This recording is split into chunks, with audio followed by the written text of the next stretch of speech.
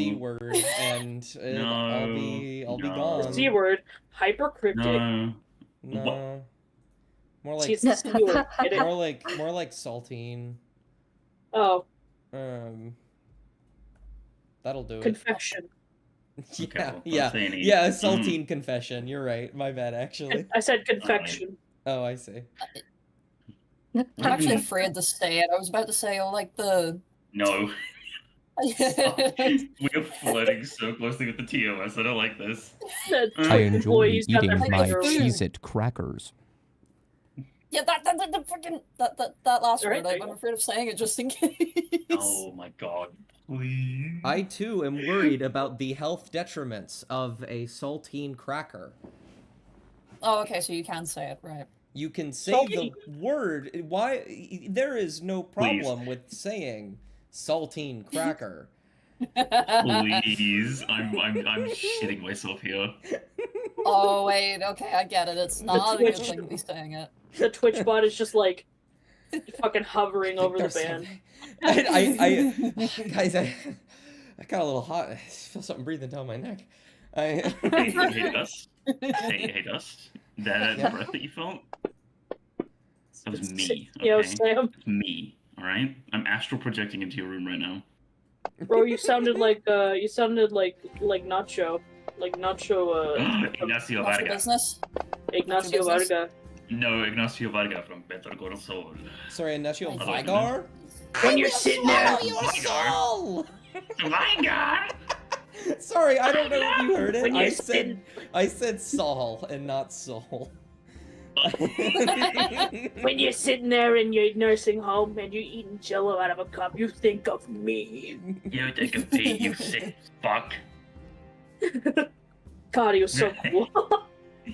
Yeah, I love Michael Mando. Thank you for giving us so many unique characters like Ignacio Varga and Vance from the Far Cry. Yeah, I fan cast him to be Kobach. No, no, because Ignacio, Michael Mando is too nice of a too nice of an expression sometimes. That's right. I'm thinking more John Bernthal. It's good. Let me tell you Last time I've seen him smile. Let me tell you something. They're in the woods. They're in the woods. They're in the woods. They're in the woods. They're in the side of woods. What is that? What is that? What is that? Anyway, guys, there's the last session today. It's alright, I'm having fun just listening to you guys. They're in the woods. They're in the woods. My favorite bit was when Dale rage baited him. The stare down they have. Staring at him, and he got so fucked up with it. What are you looking at? Gets in his car. Dale's still just staring. Then he gets out of the car, storms over to him. Let me tell you something. Let me tell you something. Let me tell you something. You know, I got one of these videos about like the origins of John Bernthal, and it's like him talking about like his experiences actually going into like an acting class, and like just starting this monologue that made everyone cry. And I really like to imagine that he started off the monologue with "Let me tell you something." Let me tell you something. Let me tell you something. God isn't real. And that's what he said. And that was all he said. And then everyone started weeping. He did not say that. He did not say that. They all just started weeping and crying and weeping and crying. Yeah, those God-fearing actors. Everyone knows. They started crying. Actors fear nothing more than God. Well, that's an interesting... The Academy. They have nothing to fear but the Academy itself. Yeah. And the Academy. And SAG-AFTRA. Am I right, fellas? I hate SAG-AFTRA. There was one incredibly minor character that I forgot to put in the session, so I'm putting them in the session really quick. Is it the lizard? Is it Chester? It's Chester, and it's also I forgot that Chester existed. I love Chester. Buzz Lightyear? Chester's his goddamn name. Buzz Lightyear! You gotta suck my motherfucking dick! Guys, you just say things. You know what I'm talking about. That guy knows what I'm talking about, and I point at C. I got a Chinnigan-Winnigan in one hand. And a Chinnigan-Winnigan in the other. Where in the other? I drunk in water when you did that, motherfucker, and you're choked on it. I heard the.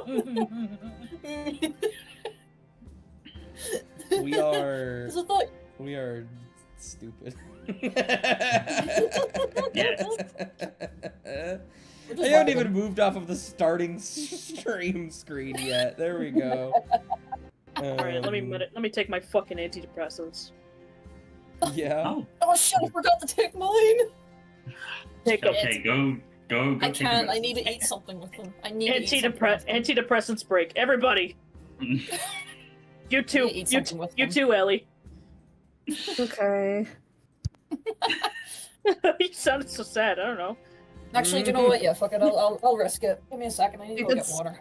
Go get some crack. That's a clear get some. indicator. I need to get the things. Go get It's go alright. get some salty confections. It's alright, Ellie. When you take them, Shasta and I will be there and make you Perfect. think the police are coming again. Oh, thanks. Probably, genuinely, the worst thing I've ever done. That wasn't the worst part is it wasn't Shasta that time. It wasn't Shasta that time. It was you and me. It was you. Oh my god, it was me and you. I fully forgot it was me and you. Oh my god. I even remember what session it like. I think you guys were in Sadal, and you guys were hiding, and the session had just ended. And you were like, "I think I'm a little high," and then we were like, "Those aren't police sirens. Those are hey, you're gonna be okay. Hey." Like absolutely the worst. We're such bad people.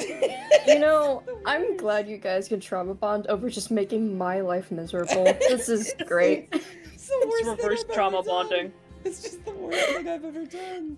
It's crazy. And you did it twice! It was really funny. Oh, this is the worst thing I've ever done! Let me proceed to do it again! And then I did it Oh god! All right, Ellie, stop distracting me from starting. Let's get the session going. Sure. Okay, whatever you think. Who would like to give me a recap of last session? I can't fully remember what happened last Dude, session. I don't so... fucking know. There's a lot of roleplay. A lot of roleplay. Oh yeah, we did. we had our little salamander baby. Yeah. Someone else go ahead. I'm not focused. I can give it an attempt. Go, Bobo. Yeah, the old college try. Yeah, one of them ever. So lots of roleplay. We have a new addition to the caravan. His name's Chester, short for Worcestershire. Fucking so dumb. We love him very much, and we are prepared to kill him if he becomes too much of a problem, which he won't, because we're gonna train him. It's actually really morbid if you think about it. It's fine.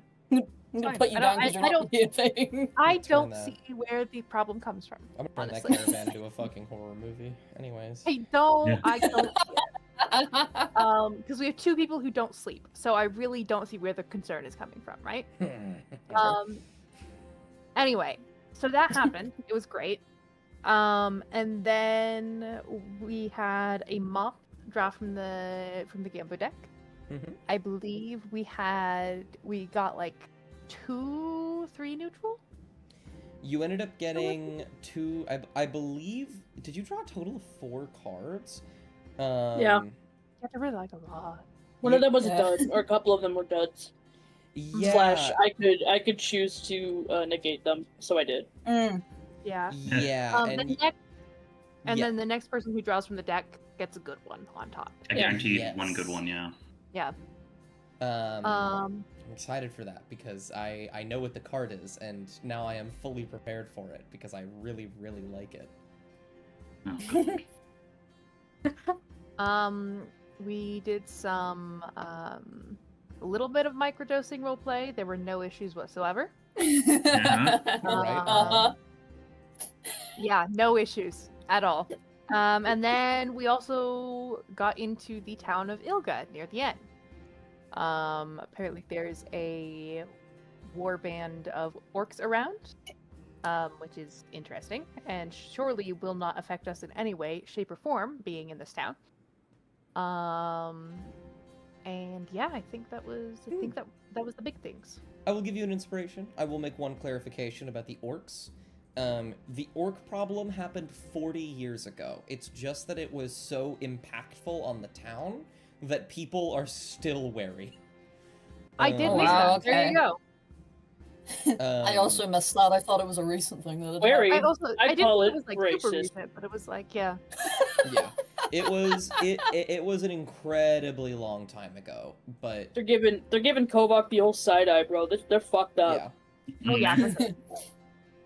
Just give him one back. And I have a couple things planned for this session. We will see how much of it we get to. I love giving you guys the opportunity to roleplay. However, I want to make sure that I don't make this entire campaign roleplay. So this first part of the session is really going to be up to you all in terms of how long it lasts, or if you want to do another thing first. Which is, Ylga is a small city, but it is a city nonetheless. It has, according to Zach, about a population of around 1,000 folks. So it is essentially 1/10 of Dacia, if that makes sense. Dacia has like 10,000 people in it. It's like a fucking crazy big city. There are only a couple very major shops here. There is an inn, which I do have prepared, if you guys end up going to the tavern. But there's just a ton of other things you can do here. Obviously, the main thing on the mind is getting into the Cirwood. Maybe some people in town might know about that. Otherwise, this first half is really going to be up to you, in where you want to go, what you want to do, how you want to tackle the problem of the Cirwood. You might have more to talk about after an event that I have planned in the town transpires, so if anything, we will jump to that if no one wants to do anything else. I do have one thing I would like. Is there any place that sells healing potions? Certainly the apothecary. Cool. We'll just browse. See what there is, if possible. Yeah, I'll So- go with her. First day here. You guys will enter the town. The caravan stays around on the outside because it would be very, very bad to have this giant moving house try and move through the streets unless it was specifically moving to leave. And so you all begin to make your way in town on the first day to go about your various errands and do your various things. And the first thing up is healing potions. You guys already have a couple healing potions, right? But like, Surely everyone else does. I could use another. May or yeah, may I don't not. think. Do I still have one, or did I use it? I can't remember. I thought that I you used guys one of had mine. So much more healing potions than I thought. Okay, so I think I'm just stupid. I don't think any of you have any healing potions, which is crazy. Yeah, I thought dumbass. you had so much more. We used them, yeah. Yeah. Fair enough. I never had any. So Yeah, you got absolutely. fucking poison. yeah. Hey, Mhm. listen, I come out for your decent order, okay? Mhm. I don't need you questioning. Yeah. What's priorities? Yeah. Absolutely. Wandering through the city, doing some sleuthing, very quickly you can find out where the apothecary is. Many people will point you towards the edge of the city. To sort of actually properly describe Ylga as a reminder, since we only stayed here ever so briefly, it's really hard to show from a top-down perspective on the map. However, the walls of the city are hardly walls. They are only about 3 feet tall. Most of the people that live in the city live in the outskirts in the large farmhouses and those kind of farmsteads, making the city a lot bigger than the proper, like, I guess, capital of the city would be. And so people are going out and about, not as many as you would expect from a city like this. You know the apothecary is on the edge of town, and as you approach, you see a sign Very, very old, decrepit thing, a little bit of moss growing on the side of it, that reads Kerala's Apothecary, with the... It seems to be somewhat new, the etching of a, what's it called? What appears to be like an old woman, with a very kind smile, just like her face, smiling next to a picture of potions with leaves coming out of the top. And when you walk inside, you expect to see this elderly woman, and instead you see a, well, I would call him young, but I would say older man at this point. Maybe in like his late 50s, early 60s. No.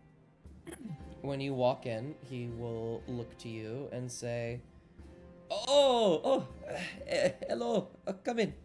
Come in. I do not see people terribly often. Please. What can I do for you? Hi. Oh, do you have any healing potion? That's what most folks come in here for. Yes, of course I do. Great. Quick, somebody ask her what her name is so Dustin has to spend a couple minutes looking for Nah. Well, this one is a this one is a man. This is not. Yeah. It's not the elderly woman. Okay. He will very quickly begin to rummage around and say, "How many you're looking for?" Well, I'm only looking for a couple, but I think everyone else wants a few too. So I might grab Yeah. two. I'd say greater. Ooh, greater. All right. Potency is important. Let me know if you need anything of that variety either. I see it goes regular and it goes heavy. Wait, how does it? Sorry. There are potions I do not have. I am a good apothecary. Corella taught me well. But I'm not so good as to make such masterpieces. I've heard tale of potions of supreme healing. I don't have anything like that. Oh, I just meant, something of medium potency. I do have some greater potions. I have one of superior. And I have plenty of standard healing potions. It is what they go for here on the norm. So, looking at it, we saw 2 greater. He points to Craggletooth. Greater, normal. just normal. 2 normal. 2 normal, 2 greater. He looks to Cassian. Two normal. Okay, 4 normal, 2 greater. Easy. Start rummaging around a bit. He will pull out these 4 sort of triangular red vials with this kind of sparkling liquid in it. And then he will pull out these 2 a bit more rounder vials near the bottom with the similar looking sparkling liquid, but it seems almost a bit more saturated in color. And he will say, for all of this together, I need total of 400 gold. A what? 400 gold? For me? Of course. No. And For everyone. If you wish good. if you wish to pay separate, each 2 normal is 100, each 2 greater is 200. I can cover them if you'd like, friends. No, you're grand. You're grand. I'm looking at my thing here. I didn't bring the pillowcase with me. Would I be able to take money off of that, or? You just listened to Cassie and ran to go and get something. Yeah. Like you can always okay, leave and go get it and come back. It's in pretty close proximity. And Yeah, I'll just have Cass do that real quick. Yeah. I was wondering if you had any fun quirky potions, of the fun variety. Fun, If it's quirky maybe potions. a little bit of, maybe kind that makes you float. Let's see. he'll Yeah, start he's got the list open. He'll start like rummaging around a little bit. And I think as he's rummaging around, he'll say, I don't just sell potions. I do have other things. Do you have flowers? Yes, I have plenty of flowers here. I actually, somewhat potion ingredients or, you know, balms and whatnot. I have some nice flowers. Do you have any, you know, sort of like periwinkle or anything? Periwinkle, surely, yes. Okay, can I buy a little bushel of those? You come to me, you don't barter like most. I'll just give you on the house. Are you sure? Yes, you are buying potions. I'm giving you flowers. Periwinkle is a good resource for potion making, but not so rare. I can grow my own if I wish. And there are actually potions to further the growth of flowers, so yeah, I'm fine. This is my life. Okay. And yeah, just any funny quirky potions you got as well. I have 2. I want to look for about 2 more that he might have. Oh, this one is interesting. Okay. Yeah, I'll probably have one of those. That seems like a fun one. And then a bunch of I'm looking through the potions to see what he might have. There's a lot of resistance potions. Okay, yeah, that makes sense. I wish that they described it. Oh, they do. Okay. He will pull out a very thin vial containing a crimson liquid, which it almost looks like it begins to pulse slightly. As if it has a heartbeat to it. I need to very quickly, like, slam these down somewhere so I don't lose them forever. There's that one. This one. He pulls out a... Wow, there's a lot of red in these potions. He pulls out a small glass vial. Not even a vial. It's more of like a Minecraft potion in terms of its shape. The red in this potion's liquid continuously contracts to a tiny bead and then expands to color the clear liquid around it. So it's kind of like if you put a little red bead in a bottle of water and then it keeps contracting and expanding outward. There you go. Okay. I can see it in my brain. What is that? Let me get the other 2 before I list them off. You see a similar potion to the one that he just brought out, except it's doing the opposite. It seems to be a little red bead that is expanding rather than contracting. A little bit hard to tell them apart.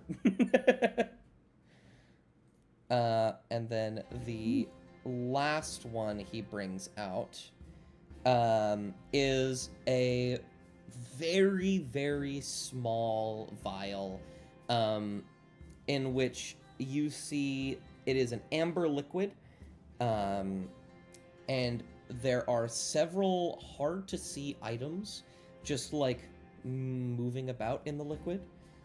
One of them, when you look close enough, appears to be a very tiny, still-beating heart. Oh! Oh.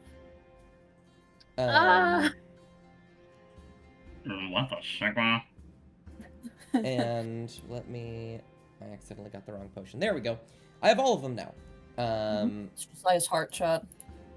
Pulling them out, he looks to the 2 potions that expand and contract. And he says, very hard to tell these 2 apart from one another.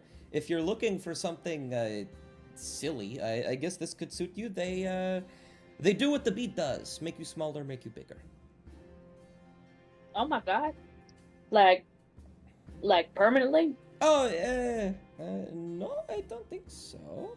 Okay. He kind of, like, looks on the back. There's, like, a little label.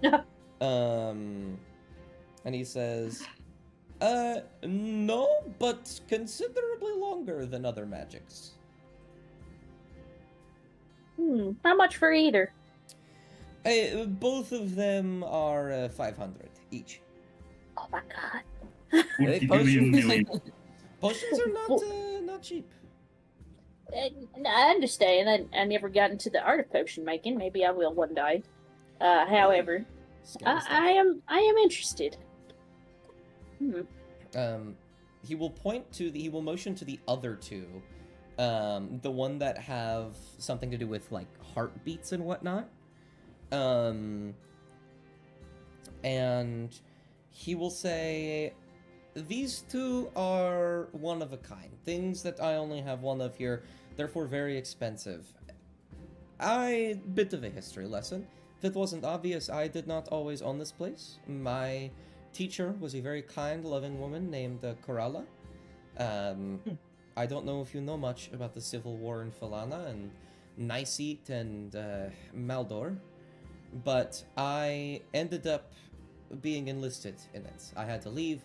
I was thankful to come back with my life, but shortly after I returned, I found that Coralla was holding out for me, and once I got here, she very swiftly passed away. In good means, elderly sort. Actually, far too elderly than many would believe, and I found she had a bit of a secret, and it was these potions.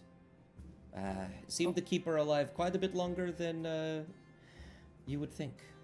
Our proximity to Cirwood gives us many good ingredients. My goodness. I guess, can I, like, what kind of potions are they? Can I inspect them? If you want, you can. The problem with identify, is that they are... In order to identify a potion, you have to be physically touching it, and that doesn't count as touching the glass. So you would literally have to dip your finger into the potion.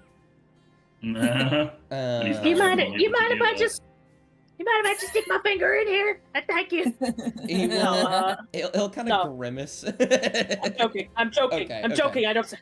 But you can make an Arcana check to see if you just understand what these might be. Yeah. And I got my rat. Absolutely. You got your rat. My rat helped me with my Arcana. Absolutely. I don't actually know if your rat can help you, but I think the book can. You remember reading from the book, which I'll let you do one for each of them. Do you want to learn about the one with the tiny heart in it, or the one that just pulses like a heart itself? Both. Okay, which one right now, though? Let's do the pulsing one. Okay. With a 19, you remember hearing about some things from your book in this.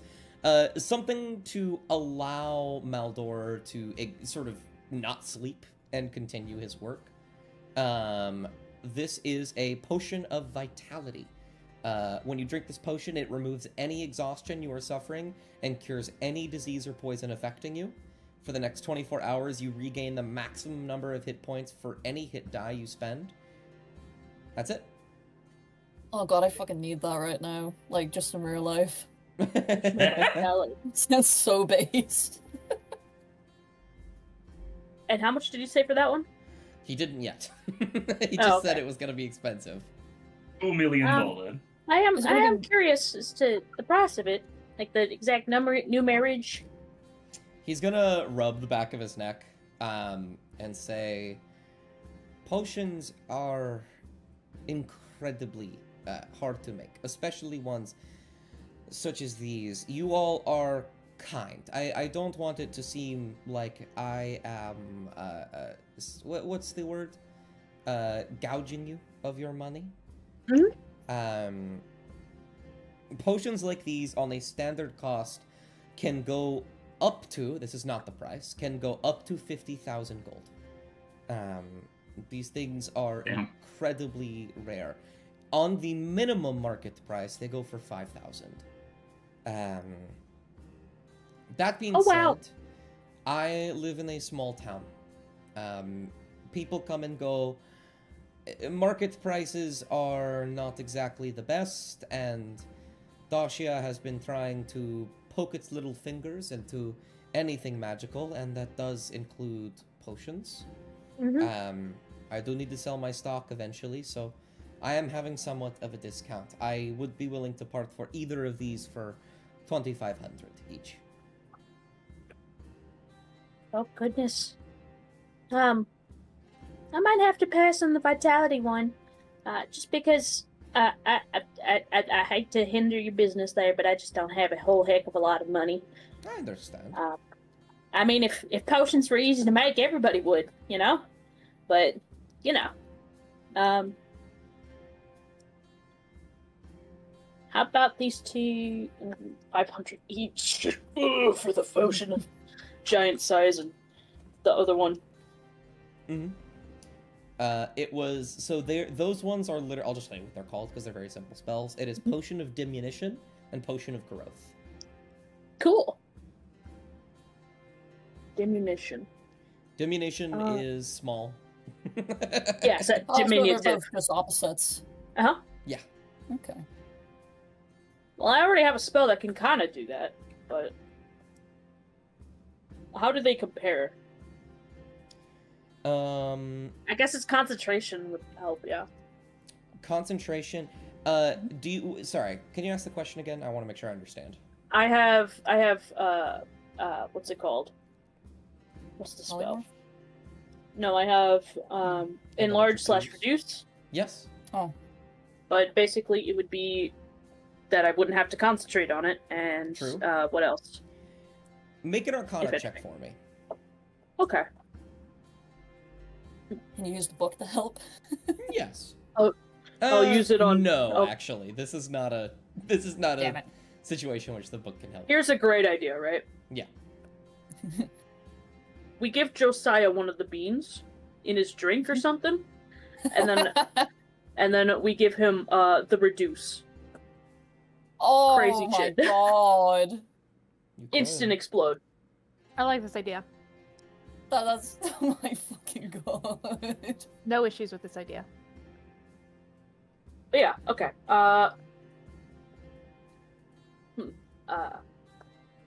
Shoot. Okay. I am interested. Do you want money to get one of them up? I mean, there are better uses for money. No offense. It's just... None taken. I mean, I was planning on doing a little bit of altruism after this. Cass looks to Kovac, just quietly goes, "What does that mean?" Oh, I'm not here. You just see a smoke cloud in the shape of Kovac outside.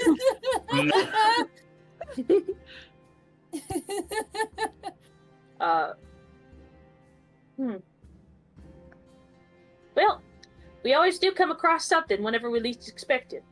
Especially if it comes to money. So, we are gonna, I'd say, I'll buy, okay, the $1,000 potion, the reduce and the enlarge, I'll nod. and the $1,000. Sorry. the 400 thingies, so I'd be down 1,400. Gotcha. So you're gonna pay for all the healing potions as well as the two. All of them, That would be 400 just is my for all of them. I or my believe. 2? Oh no, that's your 2. You're right. Did you know I'm big stupid? Yeah, I didn't. No, I'm joking. I believe your 2 are just 100 each, right? No? Did I? I may. No, it was the greater potions, I think. So that would be like 400, right? In total for the 2 of them. You said greater were 100 each. I don't know. Are they Yeah, selling yeah. them at a No, discount? normals are Normals are Am I 50. normals cheating not myself? 100. Normals are Normals 50. Oh my god, okay. Yeah. Normals I are like 50, DC. graders are 100. Shit. I like DC. I lied. Okay. I lied. I'm You're a so liar. funny. Okay, then I will be short 200 and the other 500, so 1,200 total. All right, you got it, dude. 400, 200. Yes. Sorry, Because- I was really trying to wrap And- my brain. So yeah, 1,200 down from you. I forgot. What is the thing other than the potion of vitality? You didn't check it. Diminution. Oh, I'm gonna check it then. Arcana. Arcana advantage. Yeah. 2. This would 2. definitely be something the book can help you with. 12. 20. That would be what you needed. Another thing from the book, something Massadir might have used or theorized using to increase the lifespan that he has. This is a Oh my potion God. of longevity. when you drink this potion, your physical age is reduced by 1d6 plus 6 years to a minimum of 13 years. No way. Each time, I might change that to 18. Each time you subsequently drink a potion of longevity, there is a 10% cumulative chance that you instead age by 1d6 plus 6 years. Oh wow. So on the first time it just works, but every time you drink one afterwards, you might end up just aging. And if you drink 10 of them, you just start aging rapidly. Oh wow, okay. Wow. Okay. Which is something that is probably written in the book along the lines of a wise purchase to make once, a risk the more you do it. I will not be pursuing this option. So kind of like gambling. Holy heck. How much is this one? Like I said before, standard market 5,000. I'm willing to part for 2,500.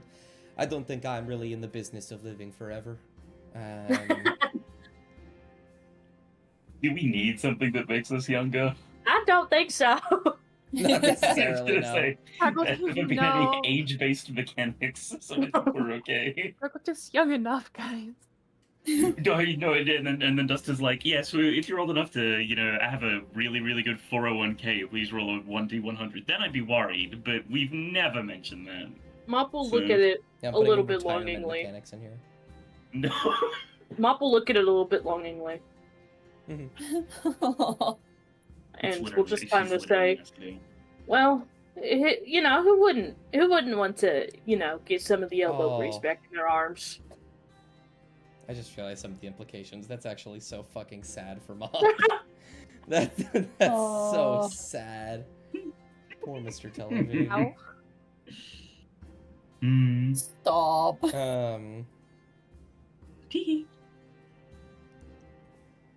It will say, yeah, I think Corella used this a few times, but she was smart. Probably why there's still one left. Can't imagine she made many. Oh, goodness. Maybe we'll pass by again sometime, and maybe I'll come get it, Feel free. I'll have a restock of my healing potions by then, I imagine, so if you end up using them. You seem like the adventuring type, I imagine. Oh, I more or less meant that one, but yes. Would you happen to have one more normal healing potion? Oh, certainly. Okay, I'll do 3 then. So, just to clarify, because I need to make sure I calculate all of your gold spending accurately, that is 100 from Cassian. Yeah. Which means you didn't even need to go to your pillowcase. You just have 100 gold on you. Yeah. Which is okay. Just reduce that to 68.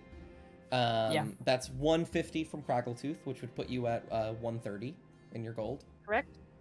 And then that is 1,200 from Mop. Sure is. Which you can go back to your pillow and just reduce 1,200 from that, putting you at 283. Yep, I did that. Yep. I might grab. I'm gonna grab one of those things that Craggletooth has to carry all my stuff in. Did you already reduce your gold? Yes. Oh my god, that's how much gold you have? Yeah. I'm gonna lose it. I'm absolutely gonna lose it. I need to give you guys more things to spend your gold on. I give my players so much money. I didn't. No, you don't. I didn't. I didn't. Yeah. Cassian drew a card that gave you guys 14,000 gold, and now money doesn't exist anymore. Now money isn't a problem. No, I'm joking. You tanked the economy.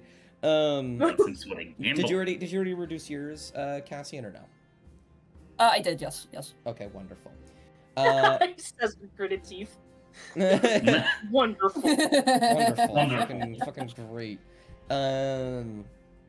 No, let me go ahead and add the healing potions, and then I'll add the extra potions for you, Mom. Dude, look at my fucking inventory. It's kind of miserable. It's kind of miserable to look through. Backpack, rebel, cloak of protection, dagger, decantler of endless water, 1 dynamite stick, glamored studded leather armor, a healer's kit, helm of St. Lucinia, horses of speed, lantern, hooded, magnifying glass, mess kit, potion of greater healing, 22 rations, Yeah, you bought 22 of them.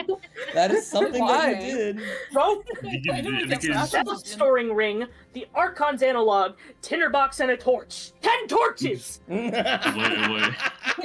I am gonna reduce your rations because you guys have been traveling for about a week. Perfectly fine. I'm probably just gonna give them to all the homeless people. Okay. I was going to say that's literally why Mop has that many, is because you bought food for the homeless. Oh, right. Yeah. Right. I will reduce your potions by rations by 10 because you've been going for like a week. Do you want me? Okay, I didn't really think rations would be a thing, but I actually like that we're keeping track of them. I am going to take everybody's rations and give them to Mop and calculate how much food you have through Mop. If anything, I need the fucking what's it called? The endless bag of endless fuckery. Good job, buddy. I'm very proud of you. I need somewhere to put my fucking money all in one place. Do you have rations? In fact, That's real. Yeah. Oh, that's interesting. Hey guys, fun fact, none of you have fucking rations. I Except for know, like, Kovak. one day Kovak ago. has a single ration.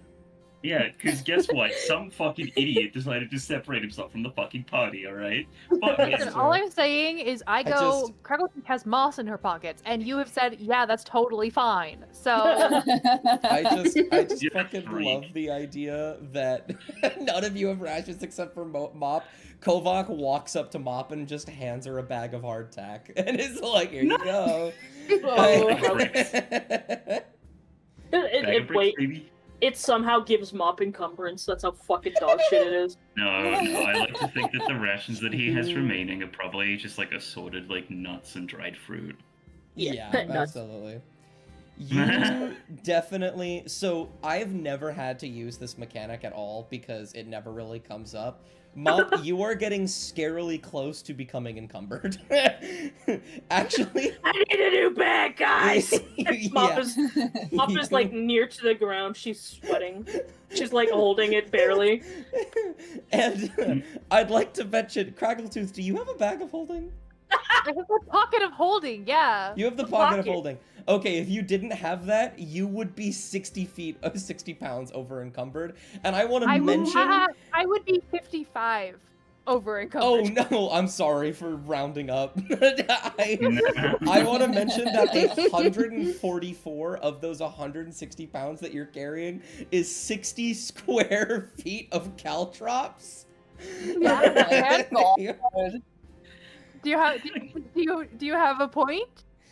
I think my point is made. You know what? After this potion shop, we're gonna go look for another bag of holding. Yeah. God fucking damn it, guys. All right. So, you've gone to the apothecary. Did anyone else? Oh, I gotta grab my. The only reason I don't have 100 square feet of caltrops is because I was too poor, okay?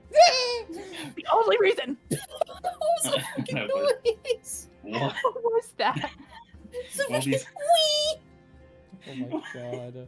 I think that was the sound of a man dying inside. I'm gonna lose it. All these freaks.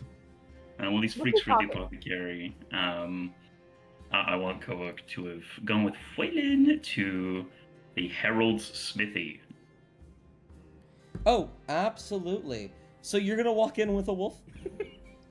Well, leave the wolf outside, but Fair. you know, yeah, just chilling with the wolf. And yeah, I'm just gonna do a little bit of window shopping, mainly for anything that seems like, because he's really stocked. I think I literally have more weapons than I ever will need, but he's looking for anything particularly unique.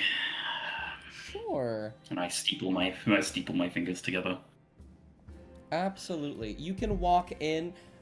When you walk in, you will see a large copper dragonborn with a giant gash, a big old scar over one of his eyes.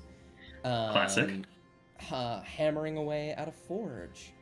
And you will see, similar to most of the big shops around town, you will see the name on front, and it literally just says Harold Smithy with a little graphic of a hammer against an anvil.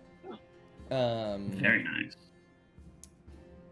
This guy, I'm gonna be so for real, has the funniest fucking name for a Dragonborn I have ever seen. Because the other people in this town are named like Gracia Samara and Coralla and Jacoba Gerringson. And this guy's fucking name is Harold Gregg. Let's go, baby. Harold Gregg. So, as you say, sidebar really quickly, did Lizzie name this character? No! Zach did when he first made this place like a decade ago. Harold Gregg? So he does have relation to Zach Gregg? Okay. Harold Gregg. That's fine. That's You good. fucking freaks. That's good. Oh my god. Okay. You will walk in and you will see Harold the Smithy hammering away at some random stuff. The standard things that smithies do. This is a very stereotypical smith. He will look up to you with a very stern expression. He's muscled, but you kind of notice he's more thin than muscled. Like toned is a better way to put it.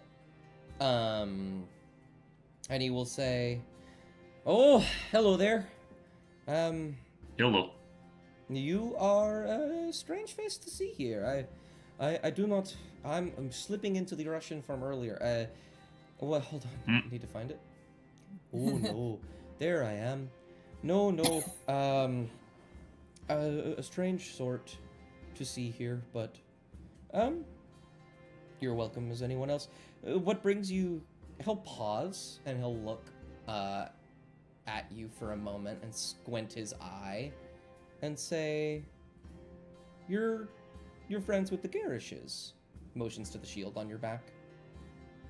And he kind of like, cranes his head over to look at the shield with the little bricks on it, and he gives a sort of a seesawing motion of the hand, and he's like, "Friend? I mean, maybe? I'm not too sure. I want to say so, yes, because he one of them, I believe his name was let me check my notes. Trainer gave me the shield because I was looking for shield, and he had one to offer for me. And I think I met one also at the garrison near Sudal. And I think we got along, maybe. I don't know. They didn't seem to hate me, so I think that's a pretty good indication. I see. Well, kind of looks around. I can't say I have much for... You're already very well equipped, but kind of looks at the shield again, and then looks at the glaive on your back. Do you have trouble using both of those? What, at the same time? He nods. I mean, I haven't tried it, but I can't imagine it would work very well because glaive is, and he makes a motion with his two index fingers to meet out the size of the staff part. It's pretty big. It's not really that wieldy in one hand because of it. But yeah, I mean, I think I would have problem if I tried to use both of them. He motions for you to hand it to him. Okay, and I think I was gonna take the glaive and is gonna hand it over to the homie. Oh no, the homie Herald. Sorry, he motions to the shield. Never mind. He's gonna give the shield to the homie Herald. He's going to just sort of hold it in his hands and look it all around. He's going to say, "Now, this is an old thing. I'm sure you've already heard tale of it. It's something we can't stop talking about here in Ylga, but Civil War affected all of us in many ways. I was a smith, tried to help protect some of my kind before they were ushered out, and while I didn't fight in the war myself, I did make weapons. I was targeted, that's why I got this. And I think, just kind of look over it. I think I recognize this. way back in the day. I don't know if I made it. Maybe one of my cousins did. Got plenty of cousins out and about. But I think I can fix it up for you, if you don't mind. This is old, broken. I am aware of the rituals of the Garishes, and therefore I'm able to modify the shield without getting rid of the proper message of it. It's good to know, because I was worried about potentially trying to get it fixed, because I didn't want to lose this, and he sort of like gestures to the brick carvings that are on the front of the shield. But it's pretty good shield. It's helped quite a bit, but of course it has taken a couple of hits. So I mean, I wouldn't mind getting it touched up if you would be able to do that. I think I would. He is going to kind of just like put the shield on his lap and look up to you, because he's been sitting down this whole time. Also, Kovak's just fucking tall. I can fix it. I just need one thing from you, and it's a pretty big ask. Yes. Mithril. Mithril. I'm able to make something more flexible in the handle. You'll be able to attach this shield to your wrist rather than having to hold onto it, meaning you get to use that glaive of yours as well. Or any two-handed weapon. That's fucking awesome. That does sound really sick. Okay, I mean, Mithril, I think I've heard of it before, but it doesn't sound very common, I'm guessing. I'll shake his head. No. Especially not here, though we do live near the mountains. I did hear tell of a dwarvish settlement. Don't know if you're on your way there, but if you happen to find someone who might be able to sell you some, that might be good. Elsewise, there are some old settlements in the Cirwood, though getting in there is going to be one hell of a challenge. Basically, if you bring me Mithril, I will, I'll get you a good shield. Or, if you can pay me to go look through the Mithril myself, I can do it and be back in a couple days. No, I wouldn't want you to have to go out all that way. If I can find any Mithril, I'll bring it your way. You know, not too sure, but I think I might be able to figure something out. We'll see. I'll just nod and say, and you know what? Maybe I can sharpen that glaive of yours too. Yeah, sure, if you would like to. I would not be opposed. I think it'd be nice. Sounds good. Sounds very good. Two homies. My homie G. Alrighty. You will leave the smithy with the goal of Mithril in mind. Is there anything else anyone would like to do? A very, very, very brief window shop of the tannery. Like, what does the tannery offer? The tannery is a place of leatherworking. Let me go ahead. I actually have notes on everything here. When you walk in, you see this elderly man that has probably the palest skin you have ever seen, with a long white beard that runs down to like the center of his torso, and thin, very like crusty hair, and he is coughing often. And when you open the door, you are immediately hit with the smell of so many chemicals from the tannery. This guy has been working in this tannery for probably his whole life. You think, by the look of him, he could be beyond his hundreds. But he is likely only maybe in his, like, 70s. Damn. Damn, you be using Realitas? That should be aging you. And there isn't much there. It is just like a tannery for various leathers and whatnot. Do you walk up with Phelan? Yeah, I'd leave him outside again. Well, but you walk up, you leave him outside, but he's present, right? He'll come with. Yes, he is present. Well, the tannery. I'm gonna give this old man a heart attack. No, no. Uh-oh. The tannery has an indoor section that you can open, but there is also an outdoor section where you see a lot of things being laid out to dry or, you know, stuff like that. You can see an area in the backyard that leads out to the farm so that leather can be brought to him easier. However, when you walk in, he will look at you through like these little spectacles and he will go, "Oh, oh, hello. It's interesting to hold on." And he will start like putting some stuff down, and he will say, let's go outside." And he will motion for you to leave. I was just like, okay. He will just sort of push you outside and close the door, start like, you immediately, once you step outside for being inside for literally a second, the sky looks clearer because it is so much less polluted than inside that room by comparison. Oh, shit. And he will say, what can I do for... And I'll see Phelan, and he'll just kind of like twist at his glasses a bit and say, "You've tamed a dire wolf." And then he does another seesaw motion with his hand. Kind of?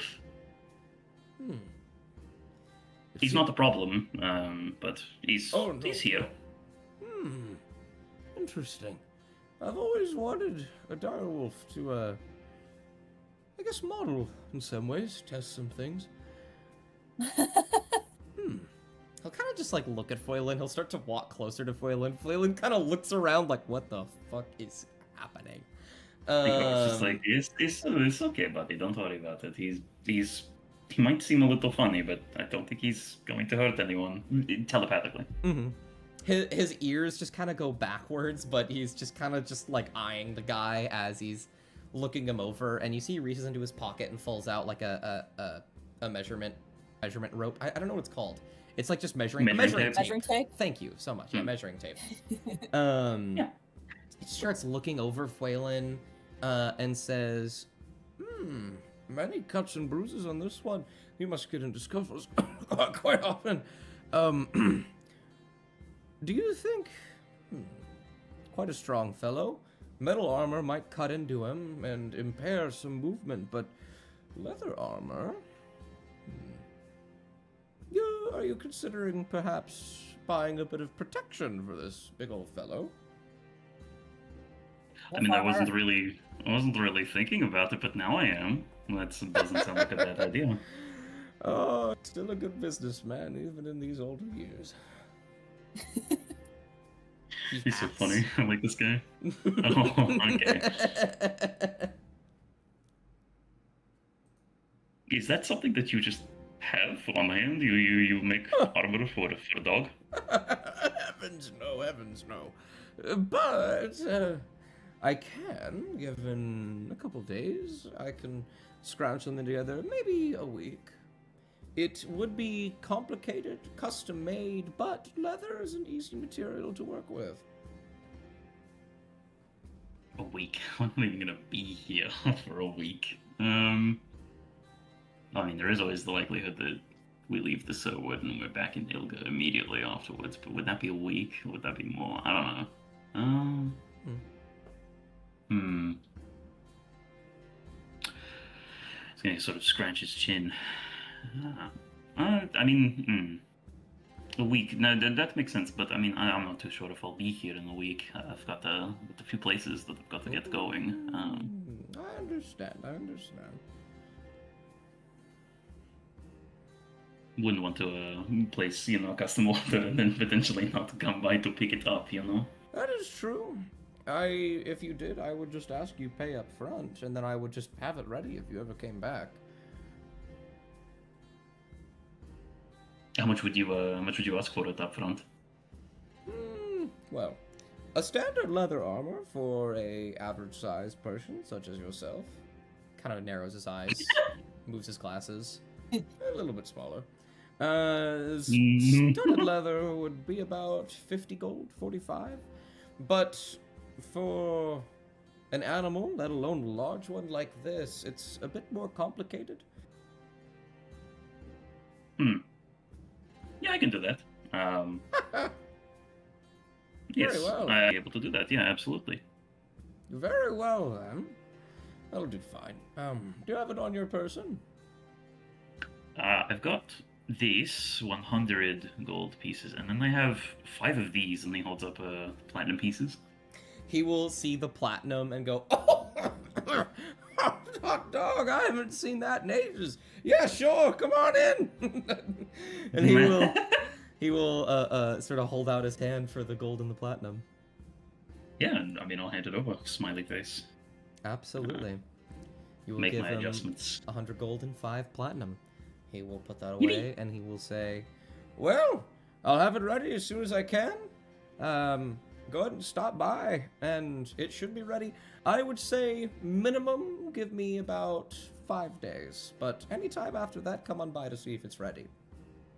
No worries. Okay. Good to meet you. Thank you very much. And, Oh, yes. I do hope. The name's Jacobson. Jacob. It's very nice to. Jacob. Very, very nice to meet you, Jacob. And it's like he hears Jacobson and he's like, "That's a motherfucker from Sudal, ain't it?" Yeah, he's I gonna totally like. didn't get maybe... them confused in my head for a moment. No, you did. And he's gonna hold out a hand for the old man to shake.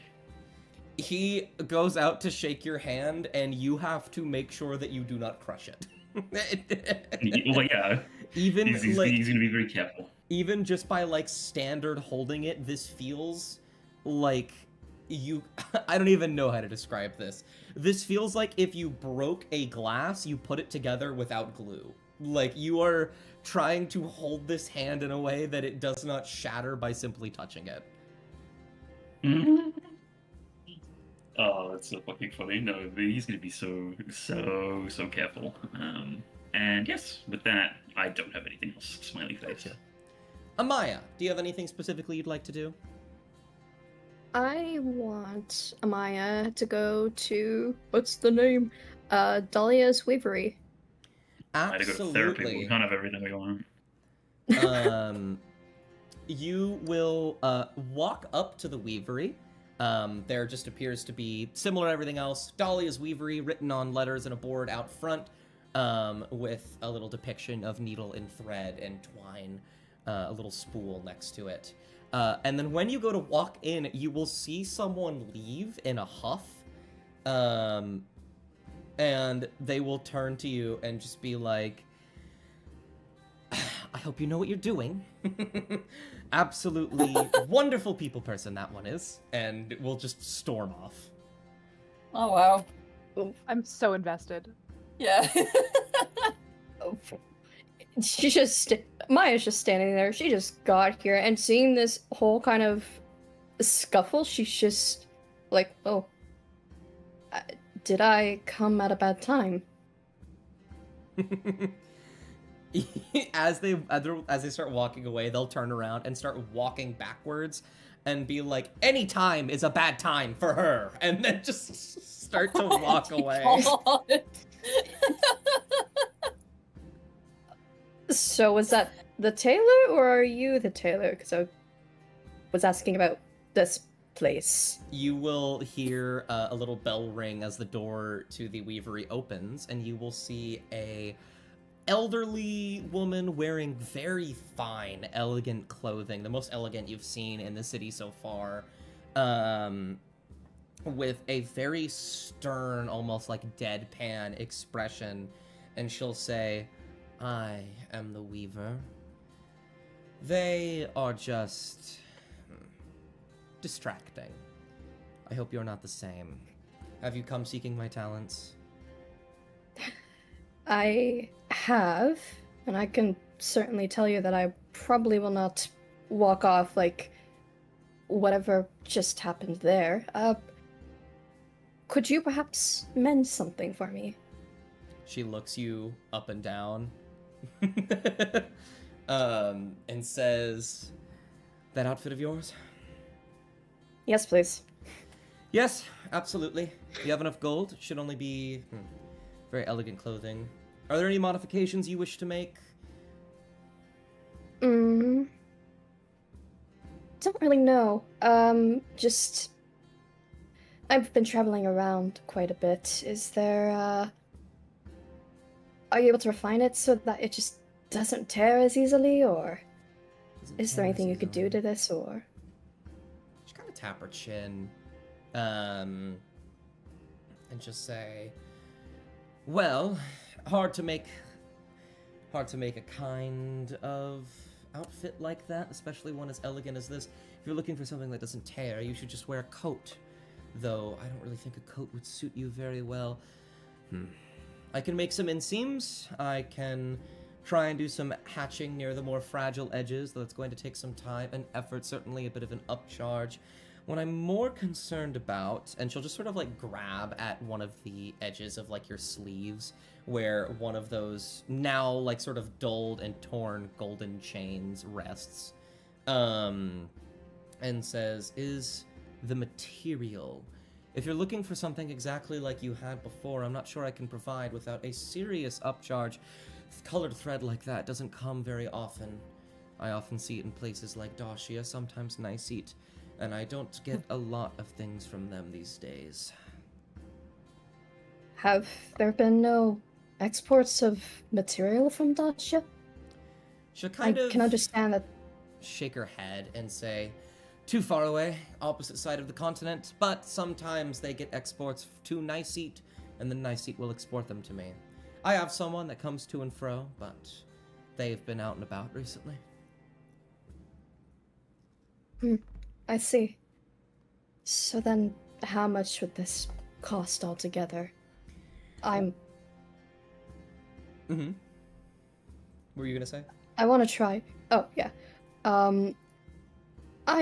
These are priest robes. I want to try to preserve them as best as I can, but if they're not made for adventuring, this was sort of a last-minute plan, then they're not made for adventuring, you know? Adventuring? That's what you're looking for. I suppose. Do you have something of the sort?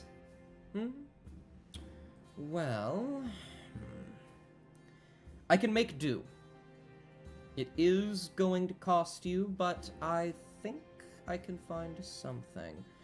Though, they'll kind of look... So, Amaya has equipped a chain shirt. I just kind of imagined that Amaya is wearing 3 layers with, you know, probably like an undershirt and undergarments and whatnot, the chain shirt, and then this sort of priest attire on top of it. Yeah. She'll see the chain shirt and say, that won't do. It depends on what you want. You'll have to get rid of that shirt. I certainly can't give you some kind of adventure-worthy clothing on top of this. It won't mesh. No wonder your clothing is tearing easily. It's just simply not compatible.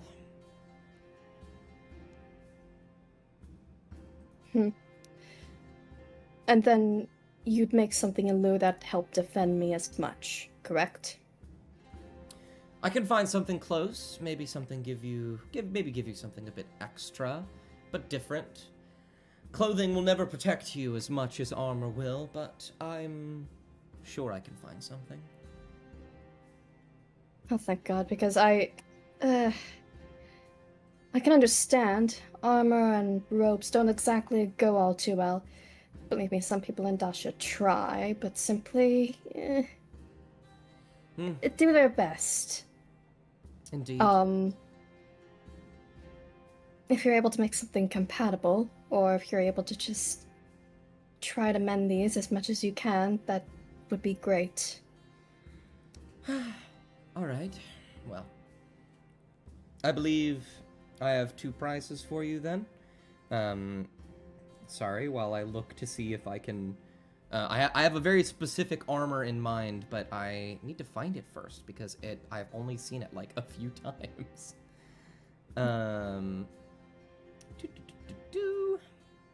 This is gonna take a minute. However, for mending it, She will say, mending, trying to find some kind of, how do I put it? Proper materials to get the exact color down, the stitches, the tearing situation. It would probably cost you around 400 gold pieces. A lot of things to be done here, unfortunately. If you're looking for a type of adventuring gear, I've only woven such things very, very few times, and they're rather costly.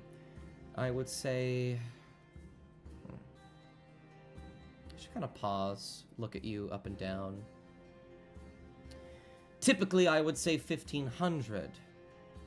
But you are no nonsense. You do what I ask of you, you give me the information I need. Better than most people I find customers in. I'll say 800. 800? She'll nod.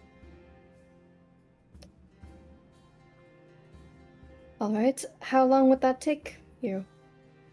For the fixing? I could be done by tomorrow, I imagine. To weave something, it would be an extra day. Extra day. Alright. And she'll kind of just frown at her robes. She wants to get these at least mended as much as she could, but it's just gonna tear up again. So she'll kind of look towards this woman and she'll go, sorry. What did you say your name was? Ha! Name's on the sign, dear. Dahlia Alarant. Oh, so it's actually you. It's not like some heirloom shop or anything. Oh, good heavens, no. Haven't met someone worthy enough to take over the shop since I die. Figure it might as well die with me at this point. Oh. Fair enough. Damn, alright. I got feeling. You seem to have a lot of pride fitting for Dasha. For Dashin. Oh, no. They just simply don't deserve that pride. Oh, no. You can insult her after she makes your outfit, bud. Amaya, please, Amaya, please.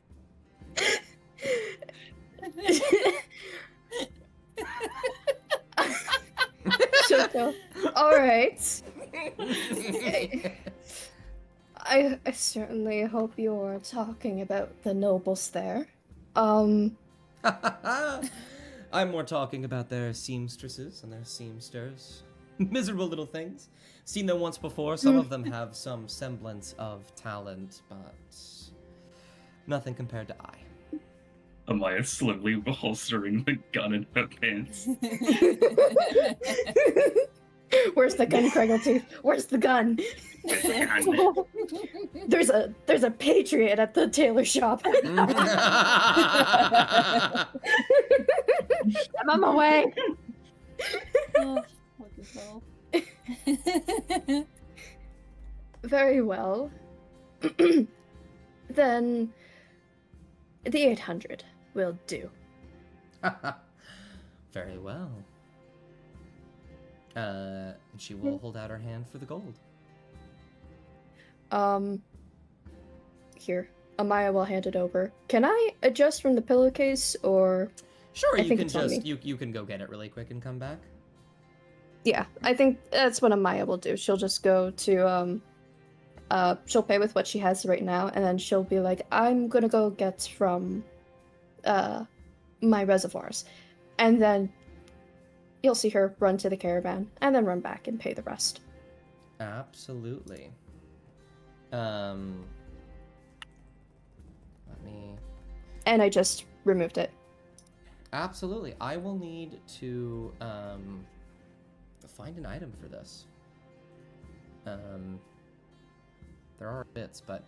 Oh, I guess it would be... Sorry, looking at things. Understanding. I'm the understander. I was looking through armor the entire time, and I realized that, any type of clothing is going to be under wondrous item. but I will find something for you. Amaya battle dress. Amaya battle dress. Yeah! Amaya battle dress. You come back and you get an apparatus of the crab. I fucking love that. Oh, of so course. Much. It's What the fuck is an apparatus of the crab? it's a barrel that when you press a certain button turns into a giant crab. I want one. Oh, that's I love funny. it. And you can use it. It's worth like I think it's worth like 25,000 gold. Or no, 100,000 gold. It is like an extraordinarily powerful item. God Crap. damn. All right, It's guys. 420. Here's what we're saving for. Yes. Oh god. Yes. But yeah.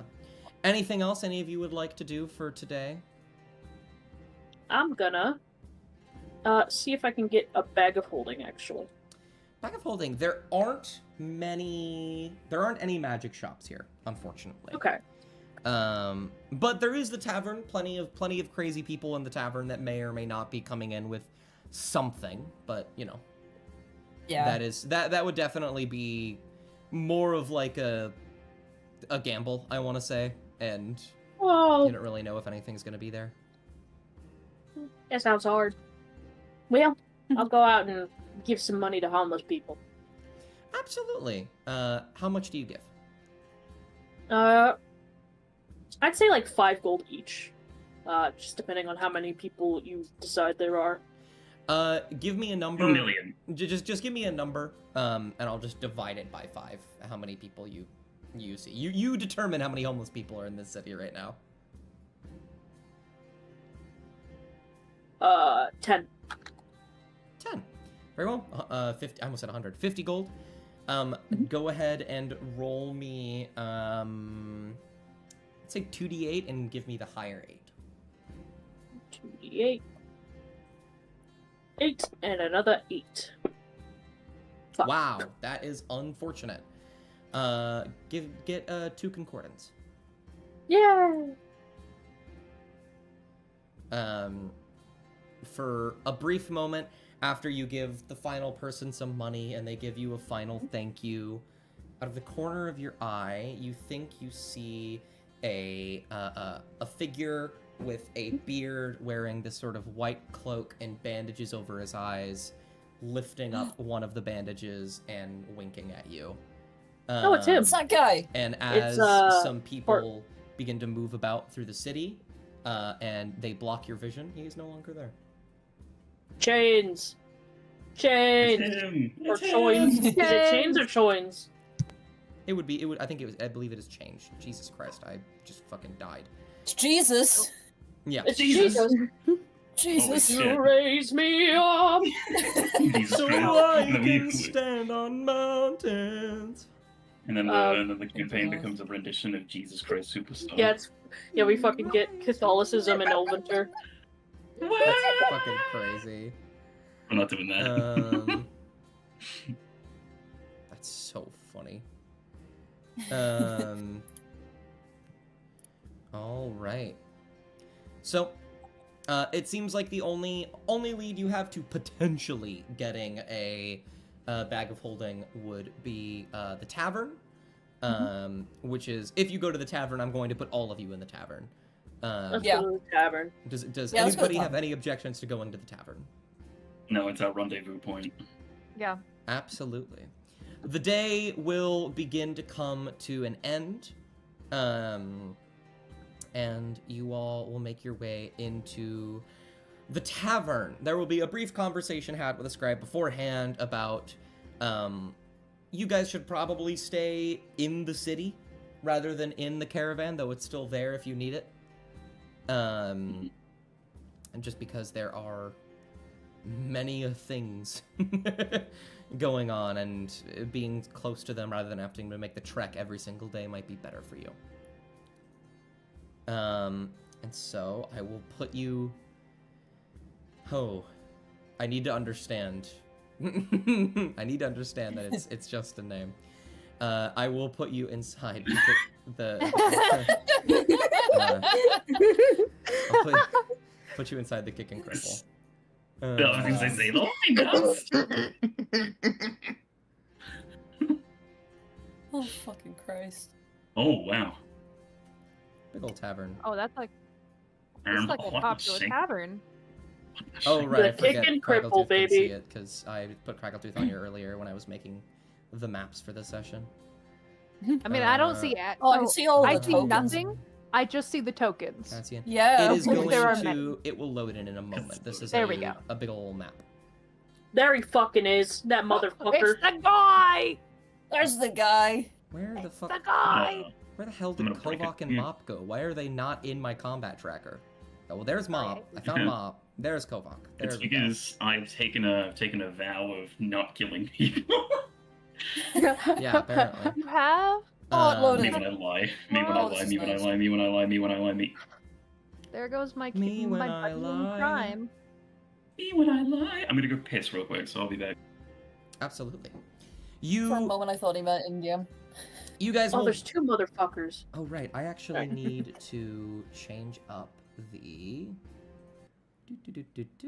the music to this. Oh, please load in. Ooh. There we go. Bit more of a standard tavern feel. It's actually a bit loud. Quiet down there, boy. How are you still loud? There we are. You guys will walk into the tavern, where you will see quite a few people. It's one of the busy times of night. There are still some open tables. Immediately to your left, you will see one of the beggars that you helped out earlier, Mop, who will look to you. I forgot to Shasta step away for a second. Shasta's still here. I'm here. Wonderful. I got you and Sam confused. We'll look to you and just give you, like, she'll just clasp her hands together and just kind of bow to you in thanks. Mop will smile and wave at her. And Big she ol' will- smile. She will wave back. And for the rest of, for the next 24 hours, Mop, you have the blessed condition. Aw. Which means you will add a D4 to pretty much anything. Alright, gotta take the 50 out of my pillow. Yeah. Absolutely. Right. You say, plus what? Whenever you make an attack roll or a saving throw before the spell ends, which in this case is 24 hours, you can add a D4. Yay! To see if you can improve your result or not. Yay! Notably, there is also an Leave him orc. alone! There's just an orc sitting here. You also see Pen sitting at the tavern talking with this middle-aged man. There are a few commoners that look exactly the same because I'll be damned if I try and make more commoner tokens again. I promise you they're different. That's kind of it. There are a few interesting figures in here. Just gonna move this guy over here. I've never seen a hobgoblin before, holy shit. Yeah. The other notable person that you actually recognize is Quartermaster Yigman, who is sitting at a table with a little red kobold who's not actually sitting in his chair, that has a backpack that is maybe 2.5 times the size of his body. That makes two of us.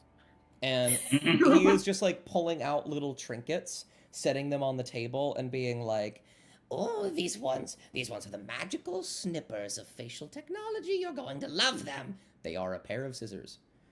What a legend. Who's fucking pinging me?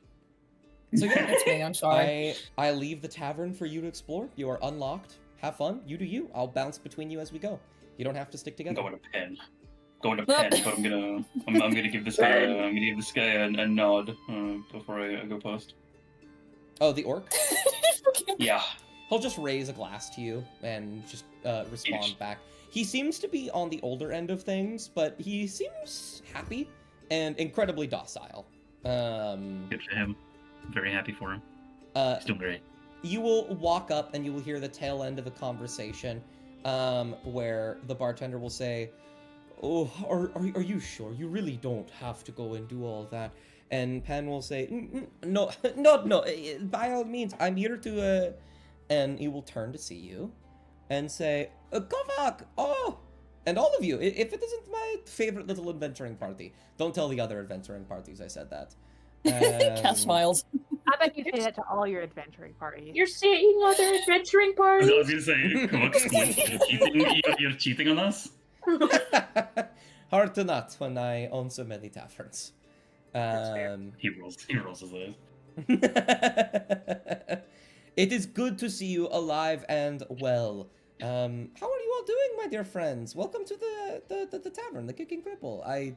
This is my, well, I guess a new associate, Bernal Holdest. He will give a wave to you. Go, I gives him a wave as well. House waves. And he will say, Hi, Pen. hello there, Mop. We still friends? Of course. Good We're to out. We're out gonna stop the Church of Inauguros from killing the Moon Goddess. He'll blink. This guy will blink. This commoner taps the table, and Burno will pour another drink and pour it for him. Kovac's just gonna put his head in his hands. And I think when you say that, who would react like this? Who would it be? The knight in green armor, the fucking Fae. No, not the Green Knight. I think the orc. The orc is actually going to stand up and is going to walk over to you all when you say that, Mop, in the volume that you do. Hello. He's going to look down at you and go, hello there. I couldn't help but overhear you. I would be a touch more quiet about some things. We've had a visitor lately. Maybe even two. Visitor?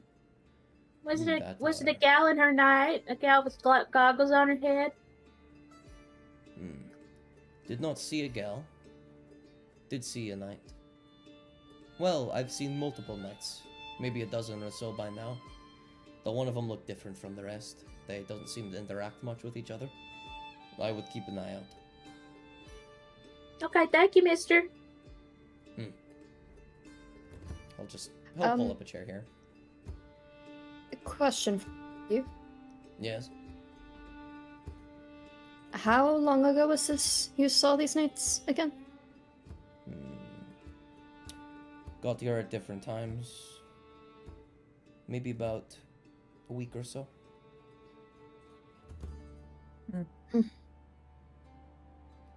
Alright. Thank you for the information. Yeah. Of course, merely wish to keep you safe. I can tell they're Dacian. I understand the Nagaros' connections. I would be worrisome about anchoring them. If only they had something to do with 600 people dying the other day. That's crazy, guys. The rest of the world don't know about that. Not yet. But Kulko with fucking Samuel Seabury, the way he's gonna be standing on a box and being like, fuck these guys. It'll be good. Pen will sort of resume conversation and say, I see, you found a bit more of a, let's say, how do I put it? Focused goal on what you do need to do then? More or less. It's Focus is a strong word. I'm gonna be. It's also not it's not an easy one because the next part of what we want to do may or may not be related to what was just mentioned. Was going into the fucking Cirwood. So not easy thing to do. Difficult place to enter that one. Hard for even I with such skilled talents in that specific area. Shit, no. You will see Bernal will say, oh, been living here for a while. My whole life. People don't really go into the Cirwood. Anyone that comes out tends to stay. He'll actually motion to the Furbolg sitting a couple tables back. Not an easy place to get into. by any means. If that's where you're going, you better hope you have someone on the inside able to get you in. Or some crazy magic. No, I was going to say kind of have someone on the inside, but I don't know. It's the whole thing. I'm just trying not to think too much about it right now, but I'll have to at some point, you know. Knowing that the orc was really talking to these three while you two are up here, Bernal, who didn't hear that, will say, though, if you're looking to get into the Cirwood, there actually has been quite a couple people recently who've been trying to get in themselves. Maybe you could work together. Where would they be?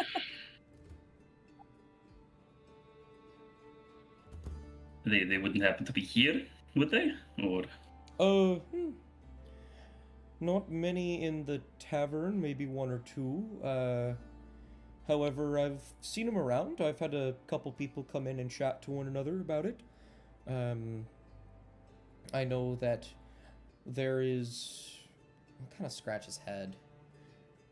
There's one person that's been walking out and about in a full suit of armor, pretty scarily asking folks about the Cirwood. Other than that, there's been these groups of knights and goblins coming through, trying to get in. Kovac just presses his tongue to the roof of his mouth, sets his jaw, and it's just like the person in the automata wouldn't have happened to have been black, would it? Well, yeah, it's quite black. Had some sigils on it I didn't recognize. Kovac's just gonna look at Crackletooth. Crackletooth is going to exchange a very just a look. Crackletooth gets it. Yeah. And he's gonna look back at the keep on. Yeah, he seemed rather worried and upset. Said there was some folks he was expecting. But don't know where they are. Didn't really describe him very well either. I was going to say, is he like still around or did he leave? Oh, I'm sure with how desperate that guy was. Rumor has it he's been walking into the woods over and over again, keeps coming out, same way as normal. It's very, very normal behavior, isn't it? Well, for a desperate sort, yeah, we've had plenty of people come in from time to time asking to get into the Cirwood. We keep having to tell them we can't do nothing about it. But they don't really take no for an answer, get themselves hurt. Isn't that the case with everyone? Okay. Well, I mean, good to know because, yeah, it's good to know if there's other people that are sort of wandering around because they could help, but they could also be like, you know, some people see it as like a goal in life to get there, and they might step on other people to do it. So, just wanting to make sure I don't get stepped on.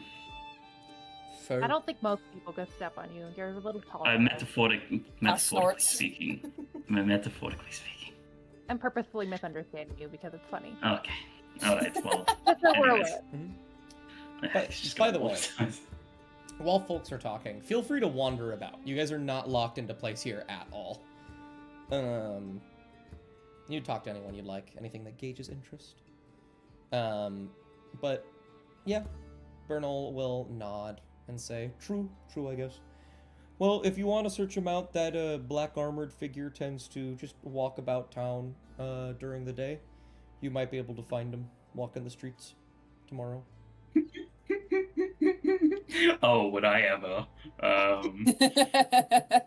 And I think Hugo's just gonna be like, okay, well, I mean, I'm sure he won't be that hard to miss. Especially not in a crowd. I cannot believe that out of any NPC you chose to sit next to, you chose to sit next to Commoner 23, you motherfucker. Like, I think, you know, I'm looking at him and I can kind of see why. Yeah. The color. I want Mop to be over there and be like, and this line on your hand means that you'll have a very pretty life. Oh, really? You think so? Yeah. Yeah. Oh, I can't believe it. Finally. Some good fortune. And this one means that your kids will have blue eyes. And then she'll just keep going. That's so fun. Don't rage braid him, little bro. Well, Sapphire, good to see you. You said New person. Always you said good to have something new about people. goblins coming through here. When was that? Oh, they're still here. Been here for quite a bit now, actually. We were worried at first, thought they might be trying to take us over like those orcs way back when, but no, they seem to just be hanging out. Whereabouts are they? He points to the hobgoblin. All around. One here though, if you want to talk to him. Ah, okay. Yeah. I'm sorry. Does Craggletooth look like a hobgoblin to you? Yeah, no, I get it. That looks nothing like Craggletooth. Well, it's always good to gauge interest. Yeah. Sapphire. I'm sorry. Happy to Yeah. have Okay. you here, coming around Anyways, during one of our very standard I D&D guess just gonna sessions sort today. of Might rub be at some his combat. temples a little. Always good And to just get a new go to- D&D fan. Look at Pen. Have you heard anything about a whole? And he's intentionally trying to be very vague with like his hand motions or anything, but he's sort of like gesturing as if like he's holding a poster and then pointing to himself. Kind of looks you up and down, questioning for a moment. He'll just blink a few times. He digs into his pocket and he hands Pen the rolled up Creek bounty poster. Don't you have the spell message? No. Well, as you go to hand him the poster, you begin to feel something probe at your mind, Kovak, as Pen will speak with you telepathically. And will say, "Are you looking for your own poster or someone else's?" A bit of both, but I was mainly asking about mine or any of ours, than the rest of us. Definitely quite a few in Dacia. I've seen a bit in Iceet. Some folks might be making their way here. Perhaps a bit in Sudol as well, but nothing out here quite yet. Yeah, but in terms of other peoples, have you heard anything recently? Kind of raise an eyebrow. No? I mean, plenty of wanted posters out and about. If you're looking for anyone specific, I haven't seen anyone really in relation to you that I can think of. Nothing about anyone named, like Kralk or Doglath or anything? Just kind of look confused. Have you mentioned those names before to him? No. No, I don't think he has. He'll just say, "I've never heard of those people, in general." Shit, well... Okay, well, no worries then. Yes. Just want to make sure that, he's keeping an eye out for people and then keeping an eye on ourselves, because you know how it is with bounty hunters sometimes. He kind of starts to poke and prod a bit, and he'll say, "If I was to find one, where would it be?" Of the people? Hold on. I don't know about one of them, but the other, the Bay of Thorns. That place that ships can't go to. Bay of Thorns. Oh, I've never been to the Bay of Thorns. No taverns there. Me neither. Me neither, but I've heard about it, and it's called the Bay of Thorns because of the big fucking rocks. Why would they be there? I don't know. It would be a good place to lay low. I guess these people aren't the best kinds of people. Like, actually, legitimately bad people. The best. He begins to scratch his chin. He's trying to, you can very tell with just, your passive insight and your specific expertise in this topic. He's trying to prod you to see if he can say the right thing to you. And he's going to say, "Are they the best people? Or the right people?" and he's just gonna sort of his mouth just becomes a straight line. Those people have been staring at each other for a while. You notice that? Well, yeah, man, I noticed that. Intensely, yeah. You can actually tell. I don't know how Kovac's doing it, but you can tell Penn has done this before because he is not looking at Kovac. He's actually just like doing his drink and even sometimes talking out loud, like while Kovac is talking. Just saying nonsense to make people think that he's not doing anything weird. Kovac kind of like picks up on it, and then at one point he just puts his head in his hands. Yeah, especially that question. So he just looks like he's having a fucking moment. Given that Crackles is just right there and definitely trying to listen in, the fact that Penn is just saying nonsense is really funny to me. Just sitting there, like not really saying anything, but looking between the two, and just watching this go down. Yeah, So and you can hear the dogs, I'm sure, but he's going to just pause for a moment and grumble. "It's the right people." I see. I understand a bit better now, friend. You aren't going to find wanted posters for them anywhere. That's just how they work. I'd assumed as much, actually.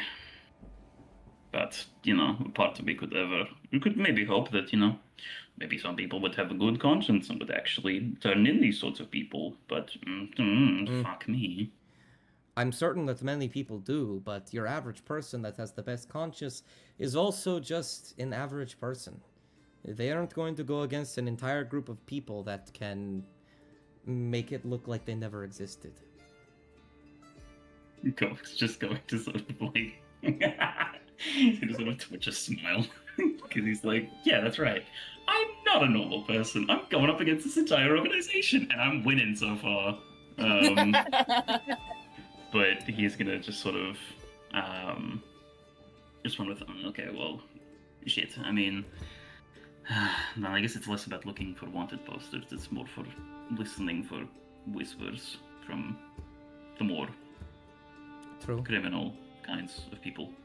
True. I'm not sure if you'll hear any whispers here about who you're looking for. Dashia's reach is long and far, but in order to get here, they got to go through Niceseat, and there tends to be a bit of a game of telephone there. And I mean, this place just seems pretty fine and upstanding. It doesn't seem like there's big problems here, I don't think. Except for, Orcish Warband? Yes, old problem, I've heard, but seems to be... He motions with his head to the orc sitting at the table behind you. It seems to be a diminishing issue these days. Great. It's good to hear, because when we first got here, I got a couple of looks. It wasn't the best. Skepticism. Awful thing. I get it. Something, assuming makes an ass. I'm sure you know. Yes, no, absolutely. And I mean, I guess I could kind of understand it, but also I'm just glad that they didn't start shooting, because that would have been awkward. But... No, neither here nor there. Awkward? I was gonna say the same thing. Where the fuck? I hate you guys. Anyways. I can't believe you hate me. Oh, there's Amaya. I straight up couldn't fucking find Amaya. I was like, where did you go? And he's just gonna say before he gets up, just and then he's gonna sort of break the telepathy and be like, so about that about this guy in the suit of armor. Have you run into him yourself, Ben, or have you just been here recently? More or less. I keep popping in here. You'll see at that point, Bernal will butt in and will say, "Oh, this tavern. I hope I run a good thing, but it's a small city. Most folks live far outside of it. I don't make a lot of money, but Penn here has decided to help me out, give me a bit of a donation. I'm always accepting donations. Just in exchange for a few small favors. Makes sense. Ben's pretty good at all that. Yeah, Penn will shrug and say, I like hosting taverns. Taverns I can't host, I make sure I can support them, especially a good place like this. Though, kind of lean in, maybe change the name.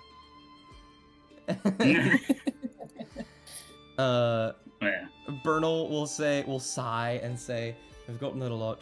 I wish I could. People know the tavern for its name. It's the one thing I've got for it. Though, maybe with this donation I can. Yeah, and with that, Cloak will excuse himself from the conversation. And D&D's been getting crazy lately. A lot of people have been introduced to it with BG3 and all that stuff. I'm Mop is over here braiding excited this guy's to gauge hair. your interest with my tiny little campaign. Of all the streams you happened upon, I'm happy you happened upon ours. She's also I hope putting you have a like good some time. periwinkle in it. Oh yeah. Oh yeah. Oh yeah. I'll bounce between you guys for a bit as you're just messing with this commoner still. And I will look to Amaya. Amaya, you walk up some stairs into a larger room, probably set for much larger groups of people that come in. You see a normal dude sitting eating alone at one of these tables. More importantly, you see an incredibly bizarre-looking group of people. You see a turtle, a very elderly one carrying a staff. You see 3 people that are clearly either pirates or sailors or something. And then you see a large hippo, a large bipedal hippo with a musket on his, or a blunderbuss on his back, wearing very fine, elegant clothing, and like a large sash as well as a monocle. This is very heavily like the, I always forget his name, that guy from Treasure Planet, the first mate. Oh, yes. In terms of what I imagine when I look at him.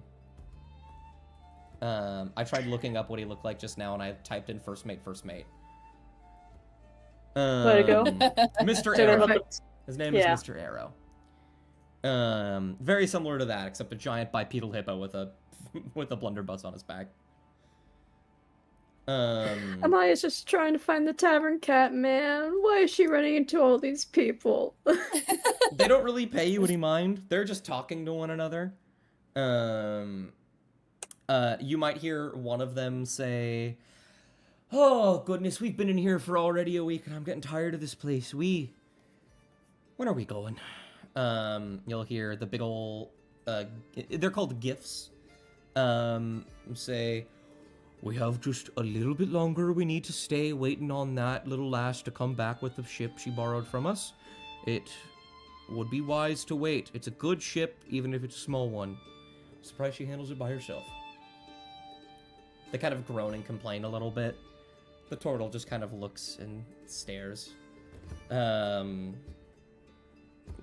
Thinks about saying something like patience is a virtue. Doesn't want to repeat themselves. He'd be talking to deaf ears. That's all they're doing. That's fair. Could Is that a reference to another campaign? No. No, that's true. No. Oh, okay. Or a reference to Jar another... could have taken the boat. Could have. Who? Huge, maybe. Tanjar, maybe? No. Maybe. I don't know. May I have Amaya, if she were to go, say, hypothetically over here, as if she's, like, just hanging out by the fire, could she eavesdrop?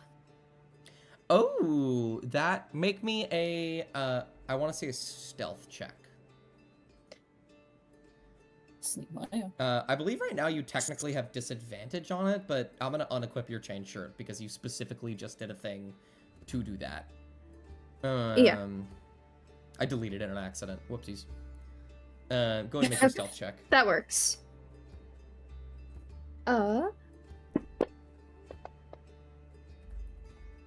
Okay. I'm gonna re-add your chain shirt to your to your stuff. Seeing Ellie's dice roll perfectly, like, you know, not lagging or anything, by the way, was a euphoric experience just now. It was genuinely mind-boggling. So enlightening. Yeah. I feel like I've just like I can see every equation. For a moment, I can hear sound it was Ellie. Okay. I forgot it was Ellie that rolled it for a second. A 14 will beat all of their passive perceptions. So yes, you can just sit here and eavesdrop if you want. Yeah. You will you'll hear a bit more as they talk about it. One of the pirates, or you don't really know, I'll say sailors for now. One of the sailors will say, "You know, we do have more ships and we've gotten more offers. I know that some people are trying to get into the Cirwood from the outside. They say it's a bit easier. Maybe we could really branch out into this business." Another one will say, "No, now come on now. That's the stupidest thing you've ever said. We're gonna sell out so many boats we can't get on the water at all." The GIF will speak up and say, "We are into the business of trading, and boats are goods from time to time. We're never gonna be able to outbeat Dew in our trading. We might as well sell some things to some people when they need it." Bit of bickering back and forth. But that's really it. Is there anything specific you want to try and overhear them say? Can she hear in a little bit more about what they're talking about with the Cirwood? Sure. I think the turtle will say, "Oh, you know, it's actually been quite a peculiar thing lately. So many people trying to get into the Cirwood for so many different reasons. I think most of them are lying." The GIF captain will say, "You know, I can't really disagree with you there. Though, I will say we did get that one lass not wanting to go to the Cirwood. I don't really know what she wants to do with that island up there, but it's probably worth something. Maybe we should check it out after she comes back." The turtle will nod. Yes, maybe some old ruins or something there we might be able to explore. Get some good trading goods. We'll see. Craigle has mentioned the island before, right, Bubble? Or no? I have, yes. Okay. Well, I hope I have. Should have, yes. Because I know you were talking about it. I can't remember if you were speaking out loud or if it was just in character. I definitely think, especially if it's been over a few days at this point, it has absolutely been mentioned. Cool. Amaya's gonna put a pin in that. But she's mainly gonna be listening to all their talk about the Cirwood and how they might get in? Question mark. There isn't really. She's also scanning around for a cat. Yeah, there isn't really anything specific. There's talk about how it is maybe somewhat easier to get into the Cirwood from the western side of the woods, but it's also more dangerous to just be on the western side of the woods, because that's when you start to get into the borders of the bleak wastes. And then there is, I think, given your successful thing, I think the only big thing you hear of from the Cirwood and why they themselves haven't tried to go in is because apparently there is a guardian dragon of the Cirwood that was recently reawakened. That has been aiding in keeping the place safe. And while the dragon isn't evil, certainly dangerous to go up against. Why do we keep getting involved? Now, if I had a nickel... Yeah. Mm-hmm. 20 cents. I'd have 20 cents. 20... That's 4 nickels. That's a lot of nickels. Isn't it a lot? But it's weird that it's happened 4 times. Also forgot that we literally had this conversation the other day. I forgot American currencies. I thought it was a 10. Mm-hmm. Which is really funny because you thought it was 10 right now, and last time you thought it was 25. I don't know. Like, America confuses me. It perplexes me. It's called a quarter. As in a quarter of a dollar. Yeah, whatever. Whatever you say, buddy. Poor dragons. Oh, Mother Slumber, save us, Mother Slumber. Yes. Episode when, please. That would be crazy if they Bring showed us up to in Okerthel Valhalla, or you dust. showed up in Okerthel. Dude, if this party showed up at Oakerthel, you guys are strong and capable for what you guys are doing. They have items specifically equipped to fight dragons. You would die in a single turn. They have already fought and killed an adult white dragon, and they're level 7. You guys would honestly get rolled. Oh yeah. By Oakerthel. Without a doubt. But yeah, that's really everything there for them. Craggletooth, are you doing anything? Yeah, Craggletooth is gonna kind of like walk this way so it looks like she's like going in, and then while she's in, she's gonna go invisible and just go around and eavesdrop at tables. Okay, so I would love for you to make me. I don't think you can do a stealth check for this. You turn this corner, go invisible, and this guy was fully looking at you. I'm gonna go over to the table and put 3 gold coins on the table. He puts them into his pocket. That's that. Yeah, cool. Easy. Basically the negotiator. Okay, yeah, there you go. Yeah, I mean, hell. Yeah, it works. Gonna come over here. Mm-hmm. She'll just be like puttering around the tables. Yeah. You're making me talk to myself this session, which is funny. The kobold with the big backpack pulls out various little trinkets and oddities. Almost none of them you don't think are really magical, but they certainly look bizarre. Some of them are like rusted versions of like standard things. Some of them are like surprisingly intricate, but are also just like basic things. Like, I mentioned scissors earlier. You can find like what appears to be a special kind of brush of some kind. You find a locket that would hold maybe a picture or some kind of small item in it that actually has like a functioning mechanism that physically locks it. That seems to be far more intricate than just like flicking a switch and opening it. Okay. Sorry, there was a loud noise outside my door. That's me, sorry. You'll basically hear like, I call this the necklace of locking. I'll just set it on the table and be like, oh, and this one's my favorite. It makes curly things straight, quite magical indeed. Meanwhile, Quartermaster Yigman is just like nodding slowly and staring at him.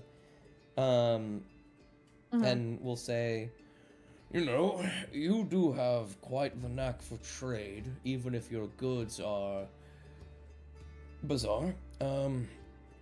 Perhaps we could team up, young kobold. And the kobold will go, Goldfingies! And he'll go, what? what do you mean? And he'll say, my name is Goldfingies. I am not kobold. Well, I am kobold, but that is not my name. He'll say, oh, right. Yes, Goldfingies, yes. I will go ahead and grab I need to change his token to, yeah, Goldfingies. There you go. They can have their business. I'm gonna come over and place myself in between these two so I can hear both of these tables because they look interesting. I'm gonna do this one first because since Kovak has walked over here, I'll say both of you are gonna be a part of this one. Okay. That's good. Looking at this table, they really don't seem to be having an incredibly complicated conversation. The only interesting thing is that one of them is a Furbolg, like very clearly a Fulberg. If you're Furbolg. You got this. Listen here. Like yeah, they're just kind of hanging out and talking. I'll be honest, like they definitely don't say anything of grave and terrible interest. Okay, I'm just gonna pay attention to them then. In that case. Yeah. So Kovak, when you walk up here, and Craggletooth, who is invisible, you will immediately hear this little like wizard apprentice be. They have like a big old map of Falana, and they have like certain places with little X's on them, and be like, "All right, if we need to find my father's old archive, we'll need to go here first." And, and like, this is very clearly a group of adventurers. This is their first adventure. This one is acting like very aloof. This one is just sitting there very pious and calm with a permanent smile. This one keeps talking about valor. This is the most stereotypical, like, beginner's group of adventurers that's ever lived. I fucking love them. There's a brooder, the ominous guy brooding in the corner. Love that for him. Yeah. And then you've got the knight. Yeah. Smiles like, oh fuck. Who's literally just like... he literally just like fully raises his sword straight in the air and accidentally punctures the ceiling a little bit.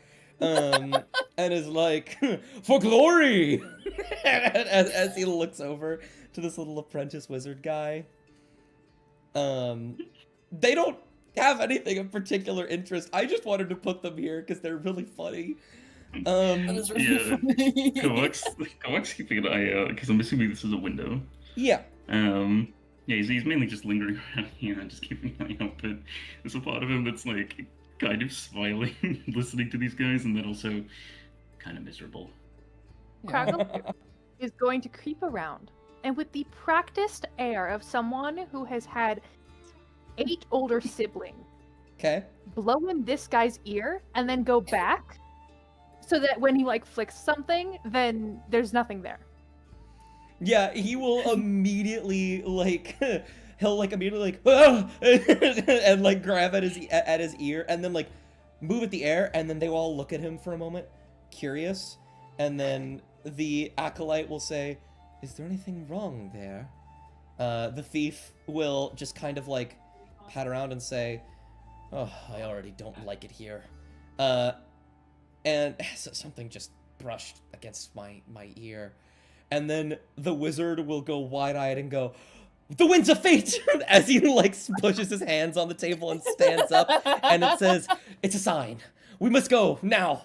Crackletooth is like hands over her mouth, like you know when you laugh so hard, like there's a risk of suffocation, but she can't make noise, so she's It's just like the silent laugh. Yeah, the like shriek laugh. tears screaming, like enjoying herself.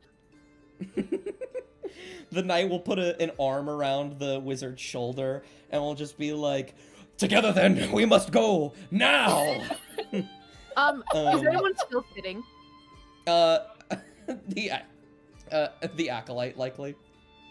Can Craggletooth attempt to duck under the table and tie the shoelaces? Oh no!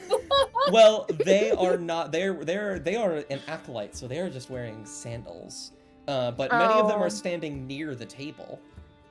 Okay, well, you know, I'll attempt for the thief, and in case this doesn't happen, I would like a Misty Step primed to ready to go to teleport underneath that table. Which table? This one here? Yeah, the one with no one underneath it. All right, I'm going to check something very quickly. Yeah. You freak. Crackletooth deserves a little bit of silly goofy in her life, okay? I will say that this doesn't account as an attack. Go ahead and make me a sleight of hand check. This is beautiful. Yeah, of course. Who are you doing? Are you doing the thief? Yeah, the thief who she blew in his ear. You're bullying him. These two will start to get up and like they will just start chanting like, "For valor, for destiny," as they start like walking away. The acolyte will stand up and will begin to walk this way, and then the thief will roll his eyes and will stand and say, "All right, fine," and will walk and fully just kung kung and just trip on the ground, fall flat on his face. The acolyte will stop moving and will stare at him and will just shake her head. Crackletooth is having the time of her life. And Cloak just very slowly turns around to look at him. He'll look up at you and he'll be very clearly embarrassed, and then he'll upright himself and he'll say, "You!" and we'll point at the little wizard and be like, "What? Me? I did." And then he'll like hold out both of his hands and start running towards him and trip and fall again because his shoelaces were still tied. And then he'll get up and start hopping after him as he chases the wizard out of the building. and these two will follow. Kovacs just gonna call out to them. Kovacs gonna call out to them. Take care of one another. The acolyte right before she leaves will say, "I'm trying." You'll do great. Kovac, make a perception check.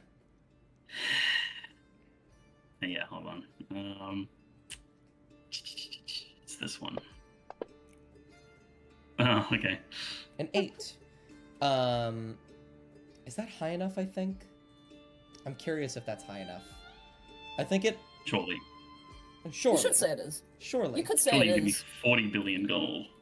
I think for the bit... good for us. I think for the bit, it has to be high enough, which is... You see this chair shift slightly. And he's just gonna stare at the chair, and then he's going to look very... he's going to, sweep his gaze across the room. And then just going to look back at the chair and just say, "Are you fucking serious?" Tooth will slide over, and you'll kind of feel her leaning against, she'll kind of lean against Kovac's side, and you can feel her laughing, the trembling, but you know it's laughing, and you hear silent laughter. He did so bad, and then he did it again. Kovac just pinches the bridge of his nose. You're a menace to society. That's so funny. He popped out of the entire tavern. And you'll feel it. You'll feel her form shift off as she sits down against the wall, just giggling to herself. Aw. It's so funny. Kovac is pretending that he's unimpressed. He's kind of smiling, and is still staring out to see if there's anything on the horizons. The Fearbook will look over, hearing noises, and will say, it's just like he's talking to himself. "You make quite the high-pitched noises there, friend." Kovac just looks back at the Fearbook and is just like, "Huh? What?" Kraggletooth will message Kovac and go, "If medical condition," and then giggle again. Kovac, his smile widens for a second before he realizes that was a telepathic message, and then he quickly just straight faces. You will see this he'll just raise an eyebrow, and you'll see this commoner will just look to him and be like, "Oh, that man's straight up crazy." Having watched you talk to yourself, make high-pitched noises, smile like a lunatic, and then go straight-faced. He's just gonna and start talking to this guy again. I'll go to some of the other people I haven't talked to yet. Mop, are you doing anything, or are you just gonna keep talking to commoner number 23? I want his name. Well, you might not believe this, but I didn't prepare a name for commoner 23. There it is. That's crazy. Get on it. So his name is going to be Charlie. Mr. Charlie? Nice. You don't sound very confident. His name's Charlie. To be fair. His name is Charlie. It's nice meeting you, Charlie. Oh, you can call me Charles. Oh, of course, Charles. You have a great rest of your day. I have to be off now. He has several flowers in his hair. Aww. Bye-bye, and Mop will give him just the biggest earnest smile. He'll give you one When right you're back. looking for criminals, wanted from Dacia, this is who you're looking for, by the way. And Mop will go. I can't wait for the little mini campaign I run, the 1-session campaign in the city where we see Dacian people in here talking to Commoner 23, and he's like, "My friend Mop would never do that." Please. I'm so excited for that. And then at the end of that one shot, it's 4 PCs that are level 4 versus a level 20 Kovac.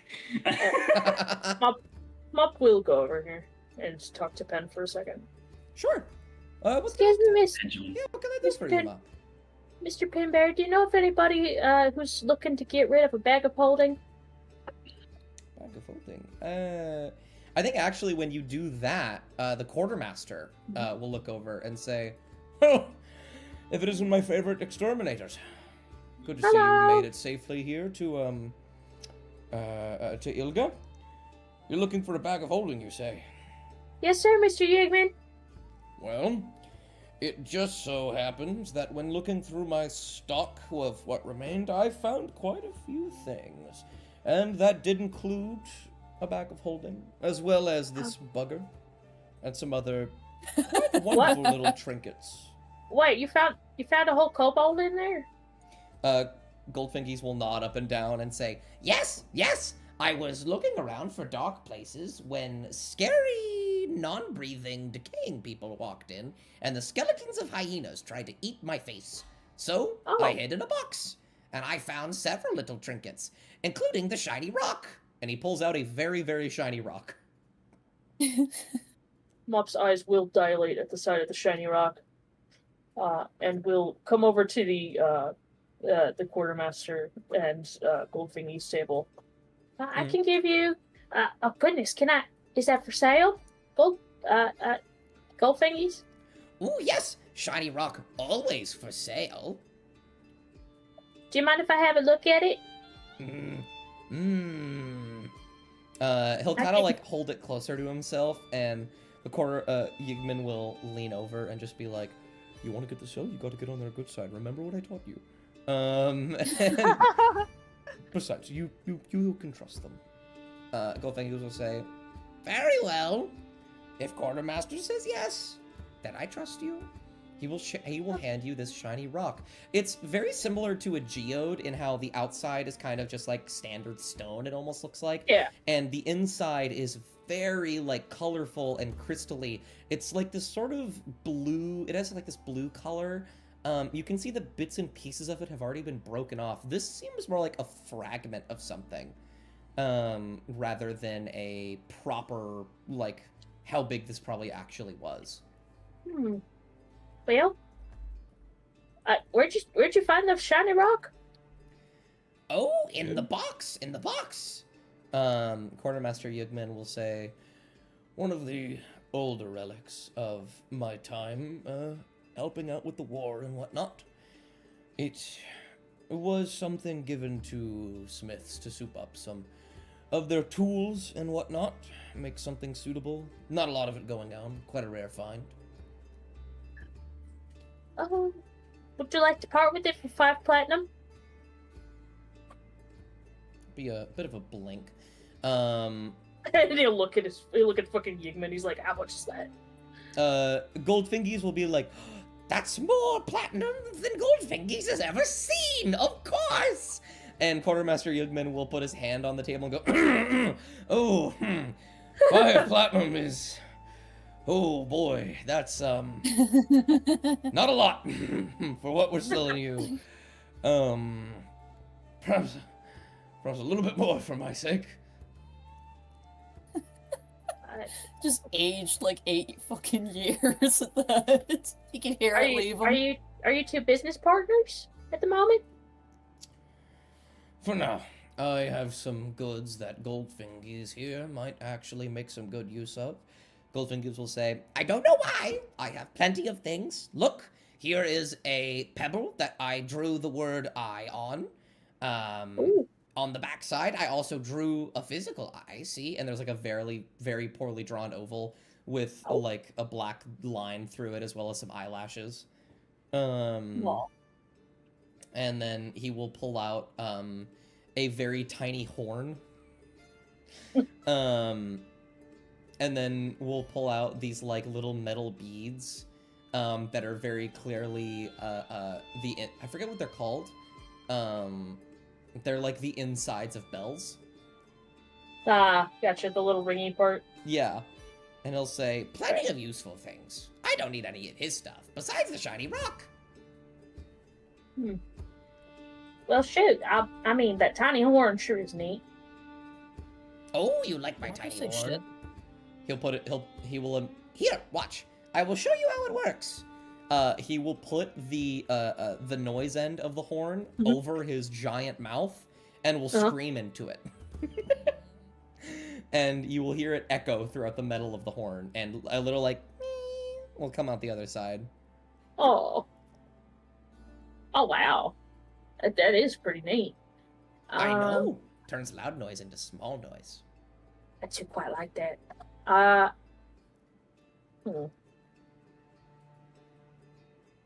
Mop has to think about everything she knows about bargaining.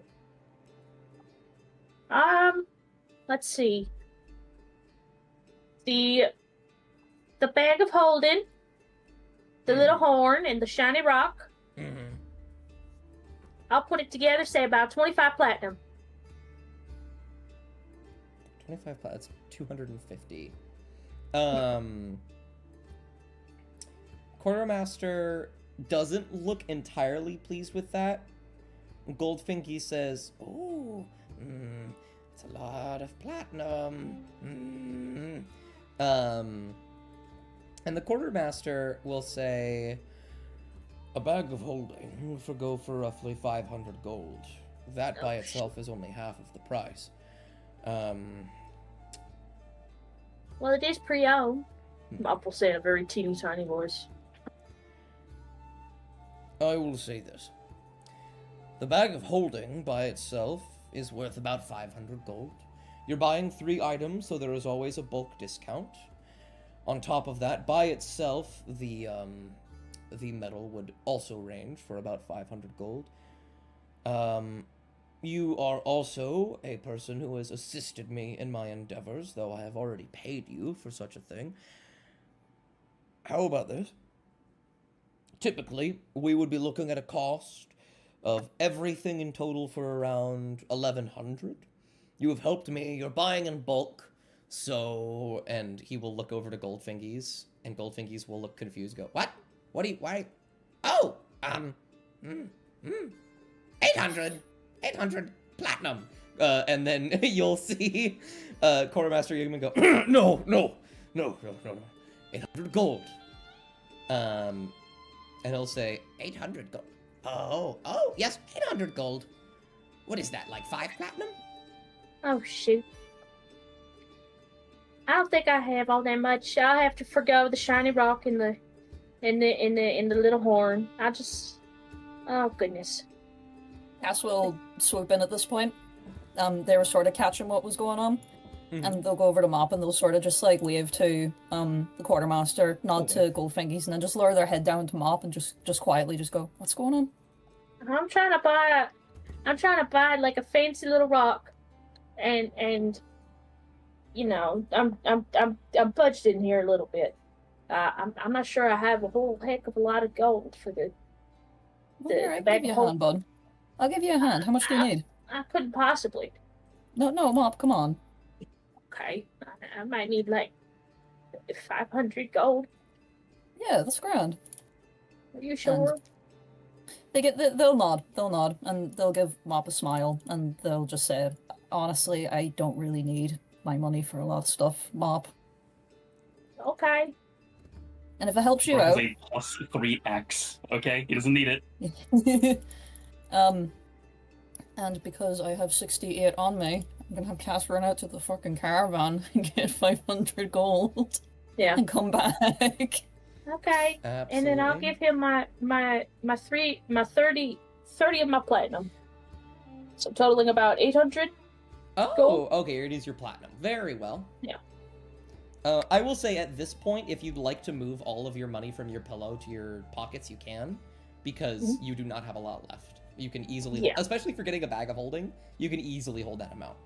Oh yeah, let me just add that up. 253. 253. Sorry, 353. So sorry. Cool. I see what you're trying to do. You're trying to tax us. including the platinum. Yeah, your platinum's now at 5. You're all good on that. And then you will remove 500 from yours, Cassie, and putting you at 2,300 in your pillowcase. Fucking absurd. 2,300? Yeah, literally crazy. Literally insane. Holy shit. Goo goo banana. Oh goodness, I hope we make money again soon. I mean, my budget, we're not gonna starve, but I would like to, save up for my retirement. Just like Mama said. You're gonna die. How old are you, Mop? I'm 36. All right. You've still got a way to go yet, don't you? Well, I mean, eventually I would like to come back and buy that potion of... never mind. Cass's, like, smile will just fade a little bit, and they'll, like, tilt their head to the side. It's, like, less of a smile and more of a, oh shit, like, sort of look. Yeah. But they won't push on it. They'll just nod and give Mop a pat on the shoulder, and then try and change the subject a wee bit and just be like, so what's this rock you got? Goldfingies. Let me get the rock from Goldfingies. I put it in inventory under shiny rock. Okay, and then I will use what's it called? Fucking look at it. I'm gonna look at it with my eyes. That's the spell. It's called look at it. If you want to when you cast Identify on this rock, you get nothing. This is not magical. This rock is magical. Let me actually check. Does Identify only work for... Oh. Oh, that's interesting. You choose any object that you must touch throughout the casting of the spell. If it is a magic item or other magic imbued object, you learn its properties of how to use them. If you instead touch a creature, no, you learn whatever any spells are. I don't believe you can figure out what object this is. You're really just figuring out what magic is on it, and you do not detect any magic. Though, remind me, what were Cassian's like professions? Because they've had quite a couple jobs. Oh shit, yeah, you're right. They worked at Jump Scare, Blackport Refinery, like back way back when. Well, they actually owned it. They co-owned it, so. Make me a history check, Cassian. Okay. See if you might be able to remember this. -2. Oh no. Oh my god. You never dealed in this metal yourself. Maybe you did once you left Kara, but you've heard of it quite a few times. This is very clearly a chunk of mithril. Ooh. It's gonna be helpful one way or the other. Oh shit, wasn't that the rock that Kovac was told to get? Yeah. It's the one that I need. Yeah. Okay. So just from knowing it's mithril, like, is it, like, I know it's obviously good, but, like, for just in general, is that, like, a rare / good thing? Oh, yeah. You can use mithril to make adamantine armor or other weapons. This is enough to make one thing under the right conditions, though actually making that stuff is incredibly difficult. You need to either have an entire machine dedicated to doing it, or a very, very skilled smith. Okay. What is it? It's mithril. Whoa. Quite a is good it find, real? Actually. Mop will go and take a bite of it. It hurts. Well, actually, when you bite into it, you find that while it is still a fucking rock and it hurts your teeth, this is a surprisingly flexible metal. Wow. It ends up not hurting as much as it normally would. Why'd you bite it? You know, it's part of the dragon sense. Standard practice. Yes. Oh, okay, okay. It's like testing a gold coin. You actually look over and see that since you have grabbed this object, Goldfingies has not stopped biting into the coins that you've given him and is going one at a time, biting them to see. Okay. It's just a giant pile of 500 or fucking 800 gold on the table. 530 platinum. And, still a really pretty rock. But no, that's pretty good.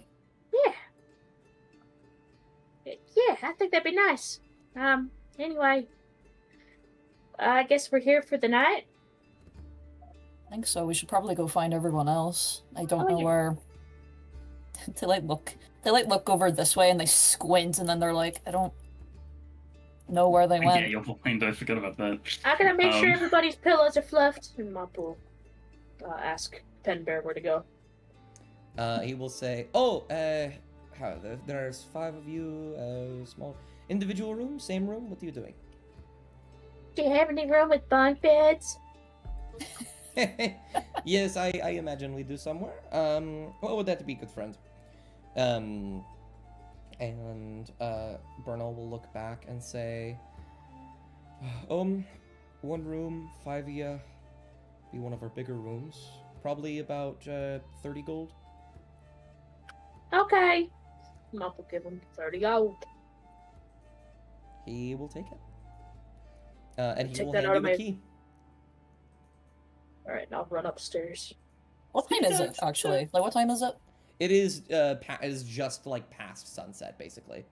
Oh, okay, right. Sleepy time, sleepy time. I have Cass go over here. I'm gonna have Cass pick up Argyle. Oh, there you go. Yeah, just pick that up. Absolutely. You begin look for.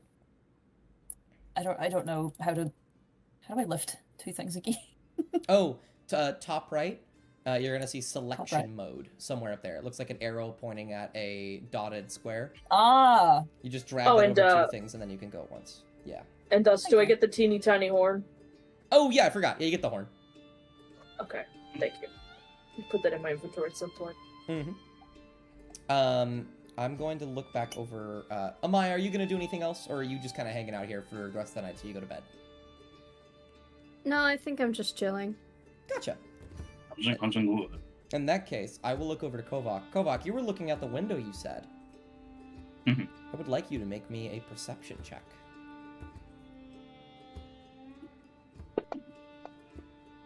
Boy. Interesting. Into the early night. Some lights are beginning to go out, some lights are beginning to go on, as some market stalls are still open for another hour or so. I need to roll a stealth check.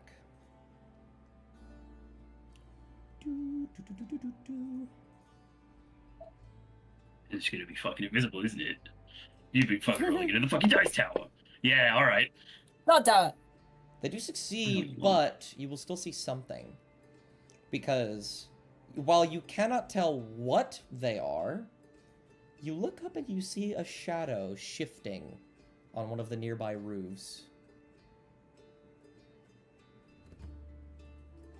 He just kind of clucks a brow a little bit and just. I'm still invisible. If you want me to. Yeah, and he just kind of mumbles, looking at it, and he's like, "Did you see that as well?" Did I see what? Someone on the roof. Crackletooth will look out and see if she can see anything. Make me a perception check. That's huge. You are unfortunately unable to see what it is either, though you will see the shadowy figure begin to still shifting and moving, and they crest over one of the triangular roofs and end on the other side. I could go check it out. I think with a 17, what I will also grant you, you look at a different roof, you see another one. Oh, shit. Another one, thank you. Another one, thank you. If more than one, act normal, I'll be back. Okay, I'll just stand here then. And Crackletooth is going to go, is the door open at all? You can open it if you'd like. No, they don't want to open it. I don't want. That's why I'm asking. Yeah. It is not open at the moment. Can you go open the door for me? That's so funny. No. Do the windows open? You think it would be less suspicious for the window? I guess if Kovak did it. You imagine. Yeah, you could probably open the windows if you wanted to. Okay, so the door is open. Can you open the window for me, please? And you, please know that you can, like, imagine Crackletooth, like, smiling up innocently. Yeah, I'm sure he's picturing it. He's just like, okay, and then he, like, kind of opens the window. Window's open. She'll, like, fly out through the window. And he pretends to be like getting a breath of fresh air. Mm-hmm. Do you keep it open, or do you close it afterwards? He's gonna keep it open for a good, like, 5 seconds, and then he's gonna close it. Gotcha. Crackletooth, you will step outside. Something very interesting is going to happen, which is I'm going to put you on a map. Oh, okay. As you begin to skulk about, I need to put on lighting and change it to... Oh, whoopsies, I deleted the map. One moment. Oh, no. And change it to the proper time. Does Craggletooth have dark vision? Yes, she does. Everyone Well, does. yeah. Right, I forgot. My fault. We are the shine of flashlight. Every single eye flashes back at you with the eyes. Yeah. Literally. I still need to draw. There we are. Real quick, are we allowed to watch this as well, or is this just... If you'd Craggletooth? like to, not required I'd love by to. any means. Okay. Your characters will required not viewing. see any of this. Hmm. There you are, Craggletooth. I Okay. have put you down. I got all my spells. We'll be good. You walk a little bit down, down the path, just like southward of the tavern, and begin to skulk through the streets, looking to see of anything that might be hanging out on top of any buildings. Feel free to Hang move on. around as you will. I have to Notably, open the map. What is it? City Street? yeah, city street and alleyways. Yeah, it's not opening for me. Well, it was open. Yeah, and the then one it that closed. the one that you input was what's it called? Deleted, I think. So get a Yeah, so let another me... one in chat. There are so many B words. Hang on. There you go. CA. Okay, thank you. Maybe. There we go. There we go. Okay. Fuck me. Where am I? Up there? Okay. Mhm. Craggletooth is going to fly up to the rooftop Oh! and kind of... Okay, Because well, I do have the fly. well, Yeah. I need to, It's gonna be someone else up there. I need to place one Have there. to do One some I'm moment. Void. invisible. I need to place one there. Give me Yeah. a moment. Yeah, but if like an I know- invisible fucking goblin-shaped character flew up to me, I'd probably feel a little bit of wind. If I was stood on a ceiling, or if I stood on a roof and then the roof tile next to me moved, I would be a bit worried. I'm not... If there's a person up there that I can see, I'm not gonna land and be like, clank, clank, clank, there's someone here. The I fuck? Clank. Oh shit, it's a goblin. Fuck. You I went- hate goblins. Whoa! Wow. When you fly up to this roof, you will see a goblin just sort of skulking about, and he'll move over to this side. You can follow him if you want.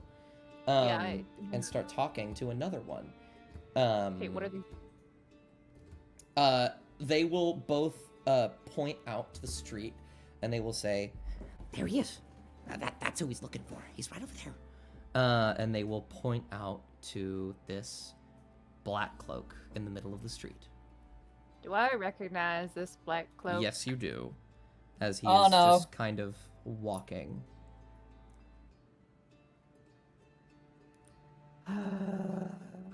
Okay. Which direction is this black cloak walking? Down. So away from the tavern. Yeah, south. Okay. Cool. I'm gonna keep listening. What are they? I think you will hear one of them say, "Are the other three in place? Are they ready?" And they will look over to this goblin on this roof, who you will see will scurry over here, for underneath the brush of the tree. Will scurry back right underneath it and give a nod and a thumbs up with like a cheeky little grin. And then you will see 3 figures emerge from the alleyway onto the street behind the black cloak. You're gonna get fucking assassinated. As he's still Let's walking. go. And they will very casually just begin to follow. Oh shit. Craggletooth is going to fly out here, and I believe message is just within range that I can see. You don't even need to Um, see them. If you know where they are, you can point to them and you can get them. Fantastic. Message back to Kovac. If a couple goblins on the roof, they're trailing the black cloak. I'm gonna follow from a distance. Do you need my help? I'm not very sneaky. I don't think so. Shout if you need anything. You'll know if I do. You hear something between the Furbolg and the commoner Kovac that's like, and now he's whispering to himself. What the fuck? Yeah. Yeah, Craggletooth's just gonna follow from a distance. Yeah. They will begin to walk I'm gonna have the Black Cloak make me a perception check.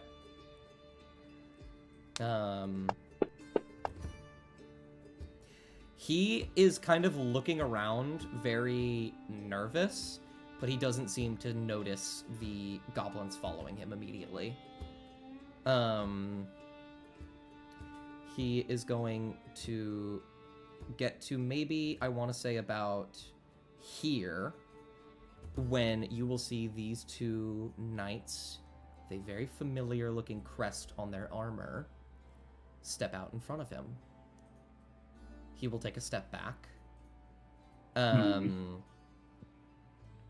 And you will begin to hear a conversation between some of them.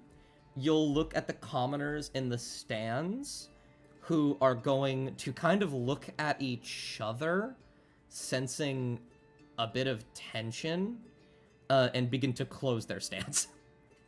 In the noise of them closing their stands, Crackletooth is going to kind of like come over here, so she's just a little bit closer to hear what's going on. Absolutely. Black Cloak, facing this way, is going to say, "What do you want? I already told you. I can't..." And you'll see both of the noble-crested knights will say, No, we know. You, or one of them will. They don't say this at the same time. That'd be fucking hilarious. They kind of alternate between one another. We know. You can't help us. This isn't any of our business anymore. Well, we found some people who can. And at that point, the Black Cloak will turn around and see the goblins. He's going to go... This is going to do anything, then. The other knight will say, "Not a threat. No, not yet. Why don't we go talk?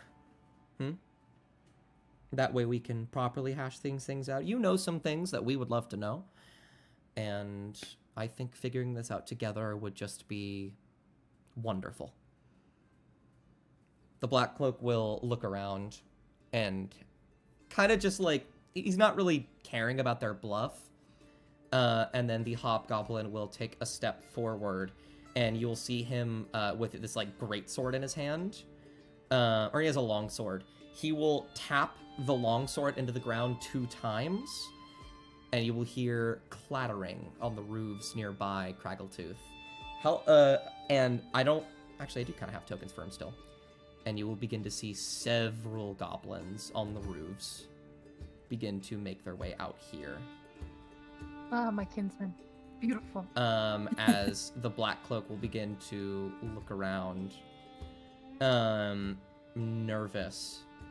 And he'll say, "Since when do you team up with noblemen? Isn't that the antithesis of what you stand for?"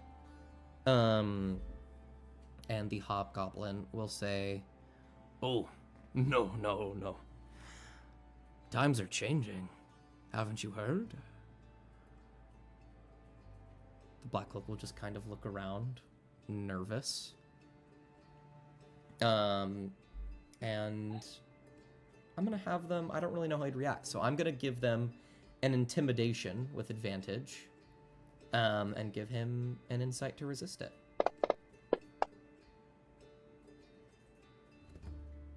Having me play with my dolls this session.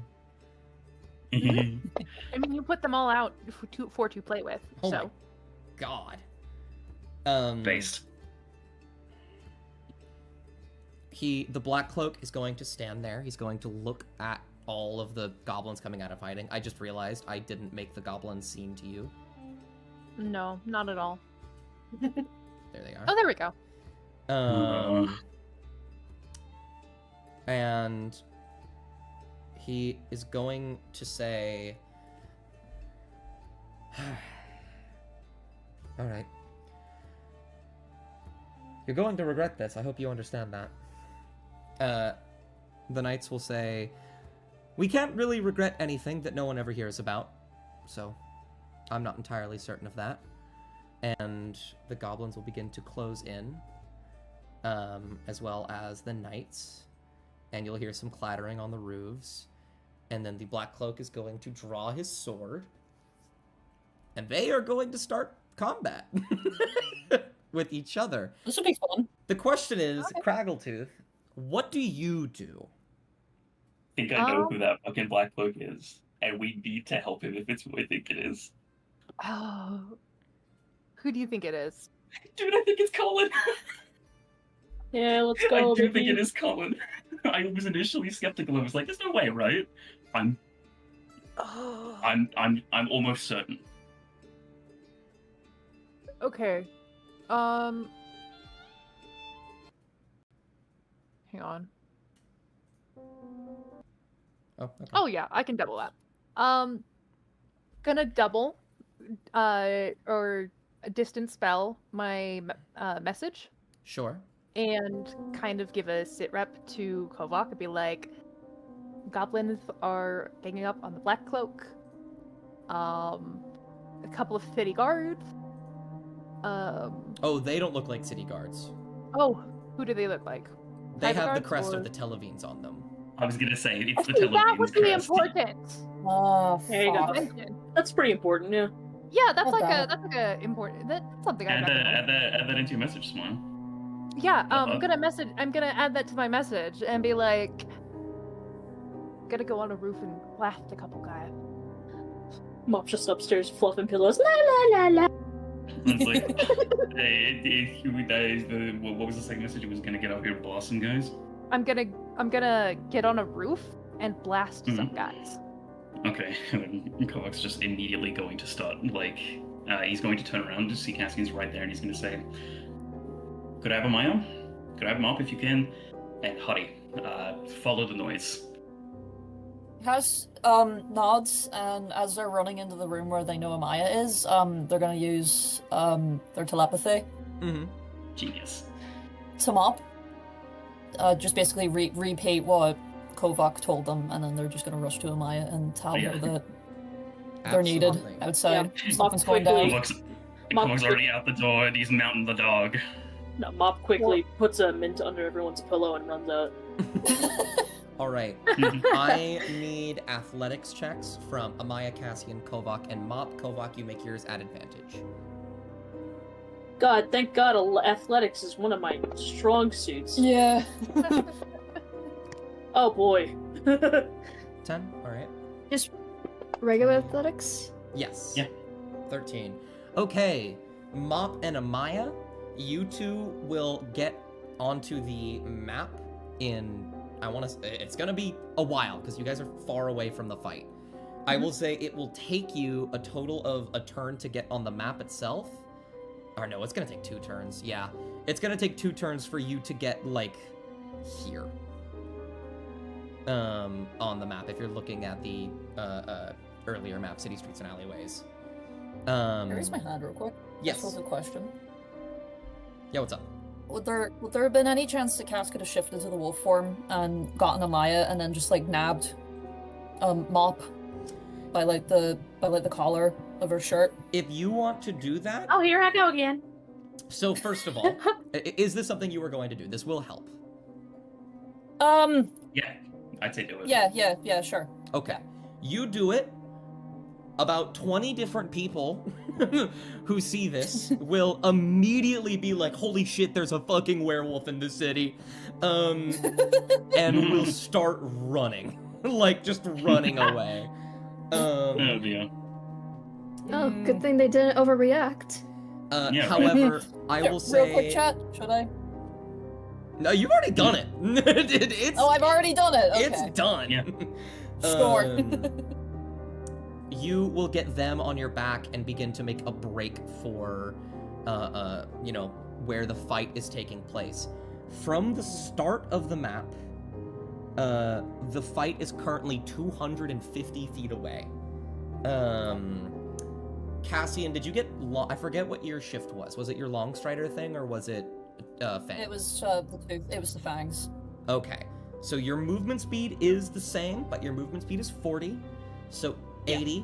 You rolled a 20 athletics check, so I wanted to treat that as kind of like doubling. Okay. I will say by the time combat properly starts, I'm gonna put you on the map, and as well as Mop and Amaya, who will all be right next to you because you are on the map. I'm going to put you here. Huge.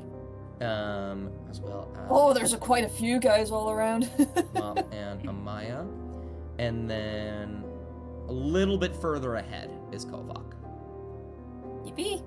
So, I humbly raise my hand. Yes. It is with a bit of delay that I'm looking at my character sheet. Uh-huh. And I can, hypothetically, of course, right, just get this guy teleported away so we don't have to fight these guys. I mean, we still can, obviously, they're working for the teleports.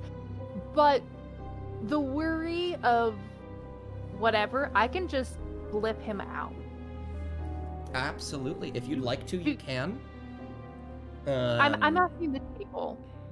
How are we feeling? I think that probably getting him out of the center of fucking everything that's going to, Yep. explode on him all at once is probably a good idea. He is also a good fighter. He is good at his job, so he could help you as well. Even, Exactly. We'll get his help. To, It's like, just there, maybe. Yeah, Maybe getting him I out have of a range of the 500 flank. feet, so I can literally just disappear this guy along with him.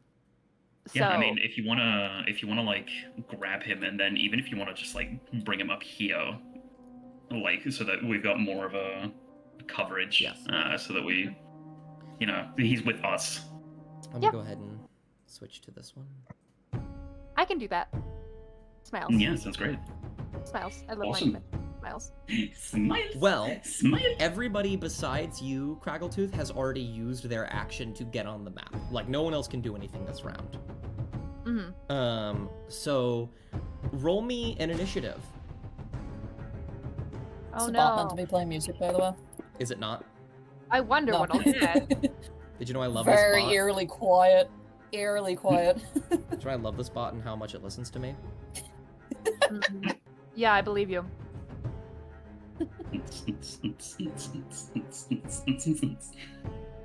Gotta check Just my stuff other like ones. techno. Let me just stop stream. Mm. Go. Hello. Stream to Discord. Hi. Hello. Hi. They're back. Hi. Hello. Hi. Hi, hello, how are you? Hi, hello, how are you? Hello, how are you? Hi, Are hello, they how still are not playing you? music, really? I guess. Oh, there we go. Oh, There we it's go. playing now? Wonderful. Yeah. Um, Project Zomboid Core. what was your initiative? Oh, it was is. 18. 18 was pretty good. I'm gonna roll for I'm really just gonna roll for these guys that are here because I already know what everybody else is doing and they can't really get into the fight. Mhm. So we'll roll for Hobgoblin. Ooh, just barely. Oh boy. What are these other goblins doing I over got on the them roof? of a 10. 1, 2, 3, 4, 5. Yeah. Oh wow. There's a lot Oh, of goblins around here. I don't know if you've noticed. One of the Yeah, goblins there are. for you. Then I'll roll for the knights.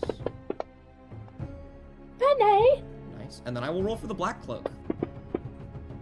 Oh, that was almost a 20. I saw it. I saw I it. saw it, buddy. I think this dog deserves a switch. The goblins are going to go first. Don't worry, guys. We're not going to do this entire combat today. I just want to make sure you're aware. Aw. We could. We No. could. Good. No. Walk in. This is going to be a relatively long combat. I'm not sitting here. I'm not going to have you guys sit here for another potentially 2 extra hours. You hate You us. say, Think you you're a say joke. that literally like it's a problem on us. Yeah, like it's a bad thing. Like we Um, wouldn't enjoy that. I Yeah. know. These 2 goblins are going to run up and just start hacking at this guy. A 1 hit on him. He's gonna steal and fucking run that fade. Let me go ahead and short bow, and short bow as arrows start flying from the rooftops. Barely anything hits him. He has armor and these are goblins. It cuts into him and you see he draws his sword, getting ready to steal. Craggletooth, you hear more clattering on the roofs as more goblins begin to approach. Oh, great. from other places in the city. See, this is when I'm happy that I have some AoE spells. There's also Right. commoners. I'm aware. I Oh. never said there weren't. But I imagine that after 2 rounds, the commoners are going to run away. Probably. I mean, yeah, that's So- being generous that they would even stick around that long. I know, right? But Um. listen, I'm being conservative in my guesses, right? Putting some more goblins over here because the goblins are a fucking... Individually, they are nothing. As a group, they are terrifying because there's like That's the 20 of point. them. That's the point. Oh wow, there's so many. As they there- begin to go yeah. on the roofs. And then, as you 5 are running on the street, you begin to hear the sounds of metal against metal as armor begins to clank, and you see knights beginning to run down the street. Oh this way. boy! And Oh, Mob can come on. immediately recognize the crest, I'm sure. Oh They boy! they start making their way this way. They see Mop, and you immediately tell that their goal changes instantly. Oh wow! The one in front says, "Forget the black cloak, get the kobold," and they all start running at the giant on the wolf with the with Mop on it. It's just a little kobold. You needed fucking 30 people to apprehend. I'm just a little kobold. Please don't use fireball. You will see I a try and intimidate them. hobgoblin behind them. We'll get to that in a moment. Okay. You will see another hobgoblin enter the fray over here. Another one will enter the fray from over here. As Oh my God. they begin to like group up and prepare this ambush. And Oh, that is sure would be a change. that is all of the goblins' turns. You see very quickly this black cloak goes from drawing his sword in a confident stride to a ooh as he like looks around at the roofs. And then you see he looks around to the market stalls. And he is going to say shit. And the knights are going to look at him with like a smug little grin as these 2 goblins start getting him. He is going to move this way to grab this hobgoblin. He's going to get an attack of opportunity against him. Okay, it misses. And you see, he, rather than going to hit the hobgoblin, he is going to grab them and start yelling very, very loud. The music... Did you know I'm gonna kill the music with my bare hands? You could frankly use this teeny tiny horn. He's a bit too loud.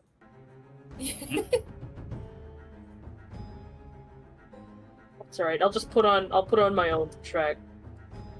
That's Yeah, right. yeah. If you guys want to listen to the music normal style, we can do that too. I Yeah. still have that Yeah. option available.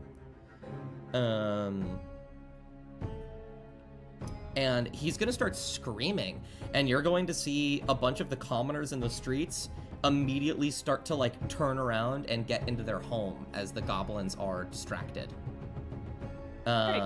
He doesn't take an attack. He doesn't even properly grapple. He's just distracting them so that the commoners have a chance to get away. Yeah. Shout out to the homie. Oh, I think fuck it's yeah, dude. Colin. I think it's him. You know what? He's good. He's good in our book. Just kinda- Yeah. I'm gonna put this one over here. This one's just gonna go inside. I don't think it's loud enough for the ones over here to really. These ones, I mean, these 2 see 2 wolves, with people on the backs ride by, and they're like, "All right, you know what? It's a bit late. Let's check their watch and I go inside. I think it's I think it's bedtime." And yeah, it's like as Cloaks like riding past, he's like swinging the chain, like building up momentum as he's doing it. Oh fuck yeah. They're like, "All right, they're gonna kill us. We're dying." You do see one commoner begin to, the commoner 4 over here, begin to turn and make his way down the street going, Gracia! And starts calling for the mayor. Oh no. And going to her house, which is nearby the tavern. It's fine. We're trying to help. We're trying to help. We're on the good. Hey, we're on the good guys right now. For once. Yeah. We're not treasonous here. At the end of the Black Cloak's turn, I'm going to say I'm gonna let the knights go first, and then I'll have you go, Crackletooth. This is devastating to my psyche. As these knights get up real close to him, as the hobgoblin that was being grabbed goes up behind him, is going to make an athletics check. Oh, Jesus. Is going to wrap his arms around the back of the Black Cloak and put him in a chokehold, and grapple him as these two knights start to knee him in the stomach and start kicking the shit out of him. Just melee attacks. It's just unarmed strikes, thankfully. Actually, I'll make it the butt of a great sword. Oh, fuck. Oh no. All right. Oh, shit. Oof. Oh my god! Oh my god! You're kidding me. No. You're kidding me. They each get 2. Okay, that's 1 miss. There we go. 2 crits and a hit.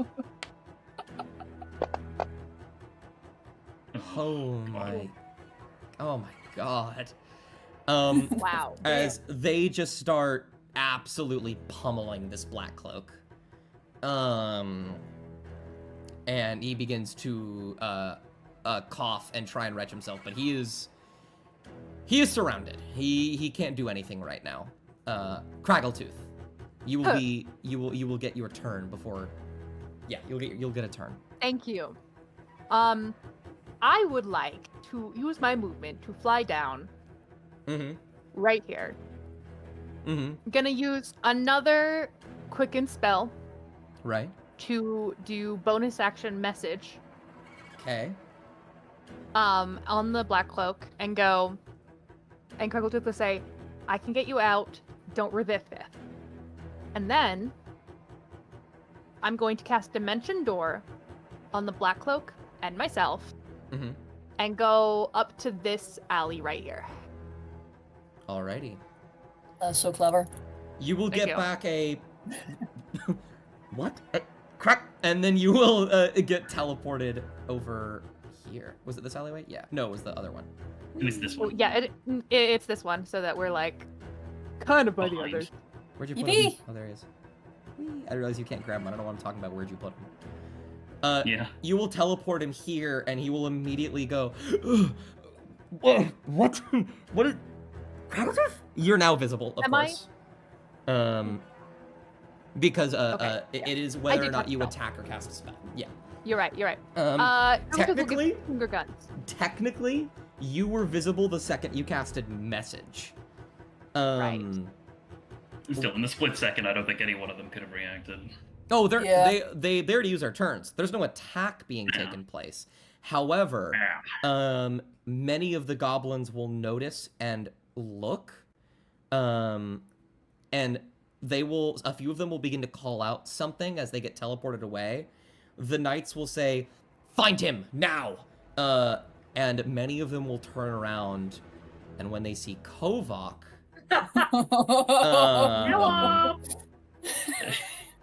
Kovok skids to a stop on the dog and just sort of like, he's just there. He's ready. He's still swinging the chain. You will then hear the sound of metal, like metal against metal, someone in heavy armor, and then all of the shields will begin to like pound on all of the goblins will begin to pound on their shields, and then you will see a much larger, scarred up hobgoblin step out from the alleyway and is going to point at Kovok and is going to say, "Get that one alive. Boss wants him." And that is where we're going to end the session. Yeah, No, such a wanted no group of people. This is so way. great. Everybody wants to be our friends. Oh, this is gonna be fun. Yeah. This is gonna be fun. All right, Anyway. see you guys 2 sessions from now. I'm dying. No! Oh, goodness. Rough on. Fraggle into Void. Thank you guys for playing. This was a heavy roleplay session. We'll be getting into some combat next session with some little ties to each of you. We level up. You don't? With what? And we level up. With what for each of us? With what? Ties to each of us. Ties. Oh. Ties that bind. Cloak and Interesting. Daggers. I thought you Yes, guys I were going to do the combat first, hence why I named the session Cloak and Daggers. Unfortunately, I was Way wrong. to go. Yeah, way to go. We'll get there. We'll get there. Listen, all I'm saying, all I have realized is that my invisibility is an underutilized skill that I need to utilize more. Insanely, yes. The eavesdropping alone. Chef's kiss. Chef's kiss. Yes. Absolutely. Stunning. Beautiful. Actually, I need to... Have I killed the bot? No. Is it dead? Oh, thank God. Oh no. I pressed a button on my computer and now everything's gone. Alright, I have to end the stream.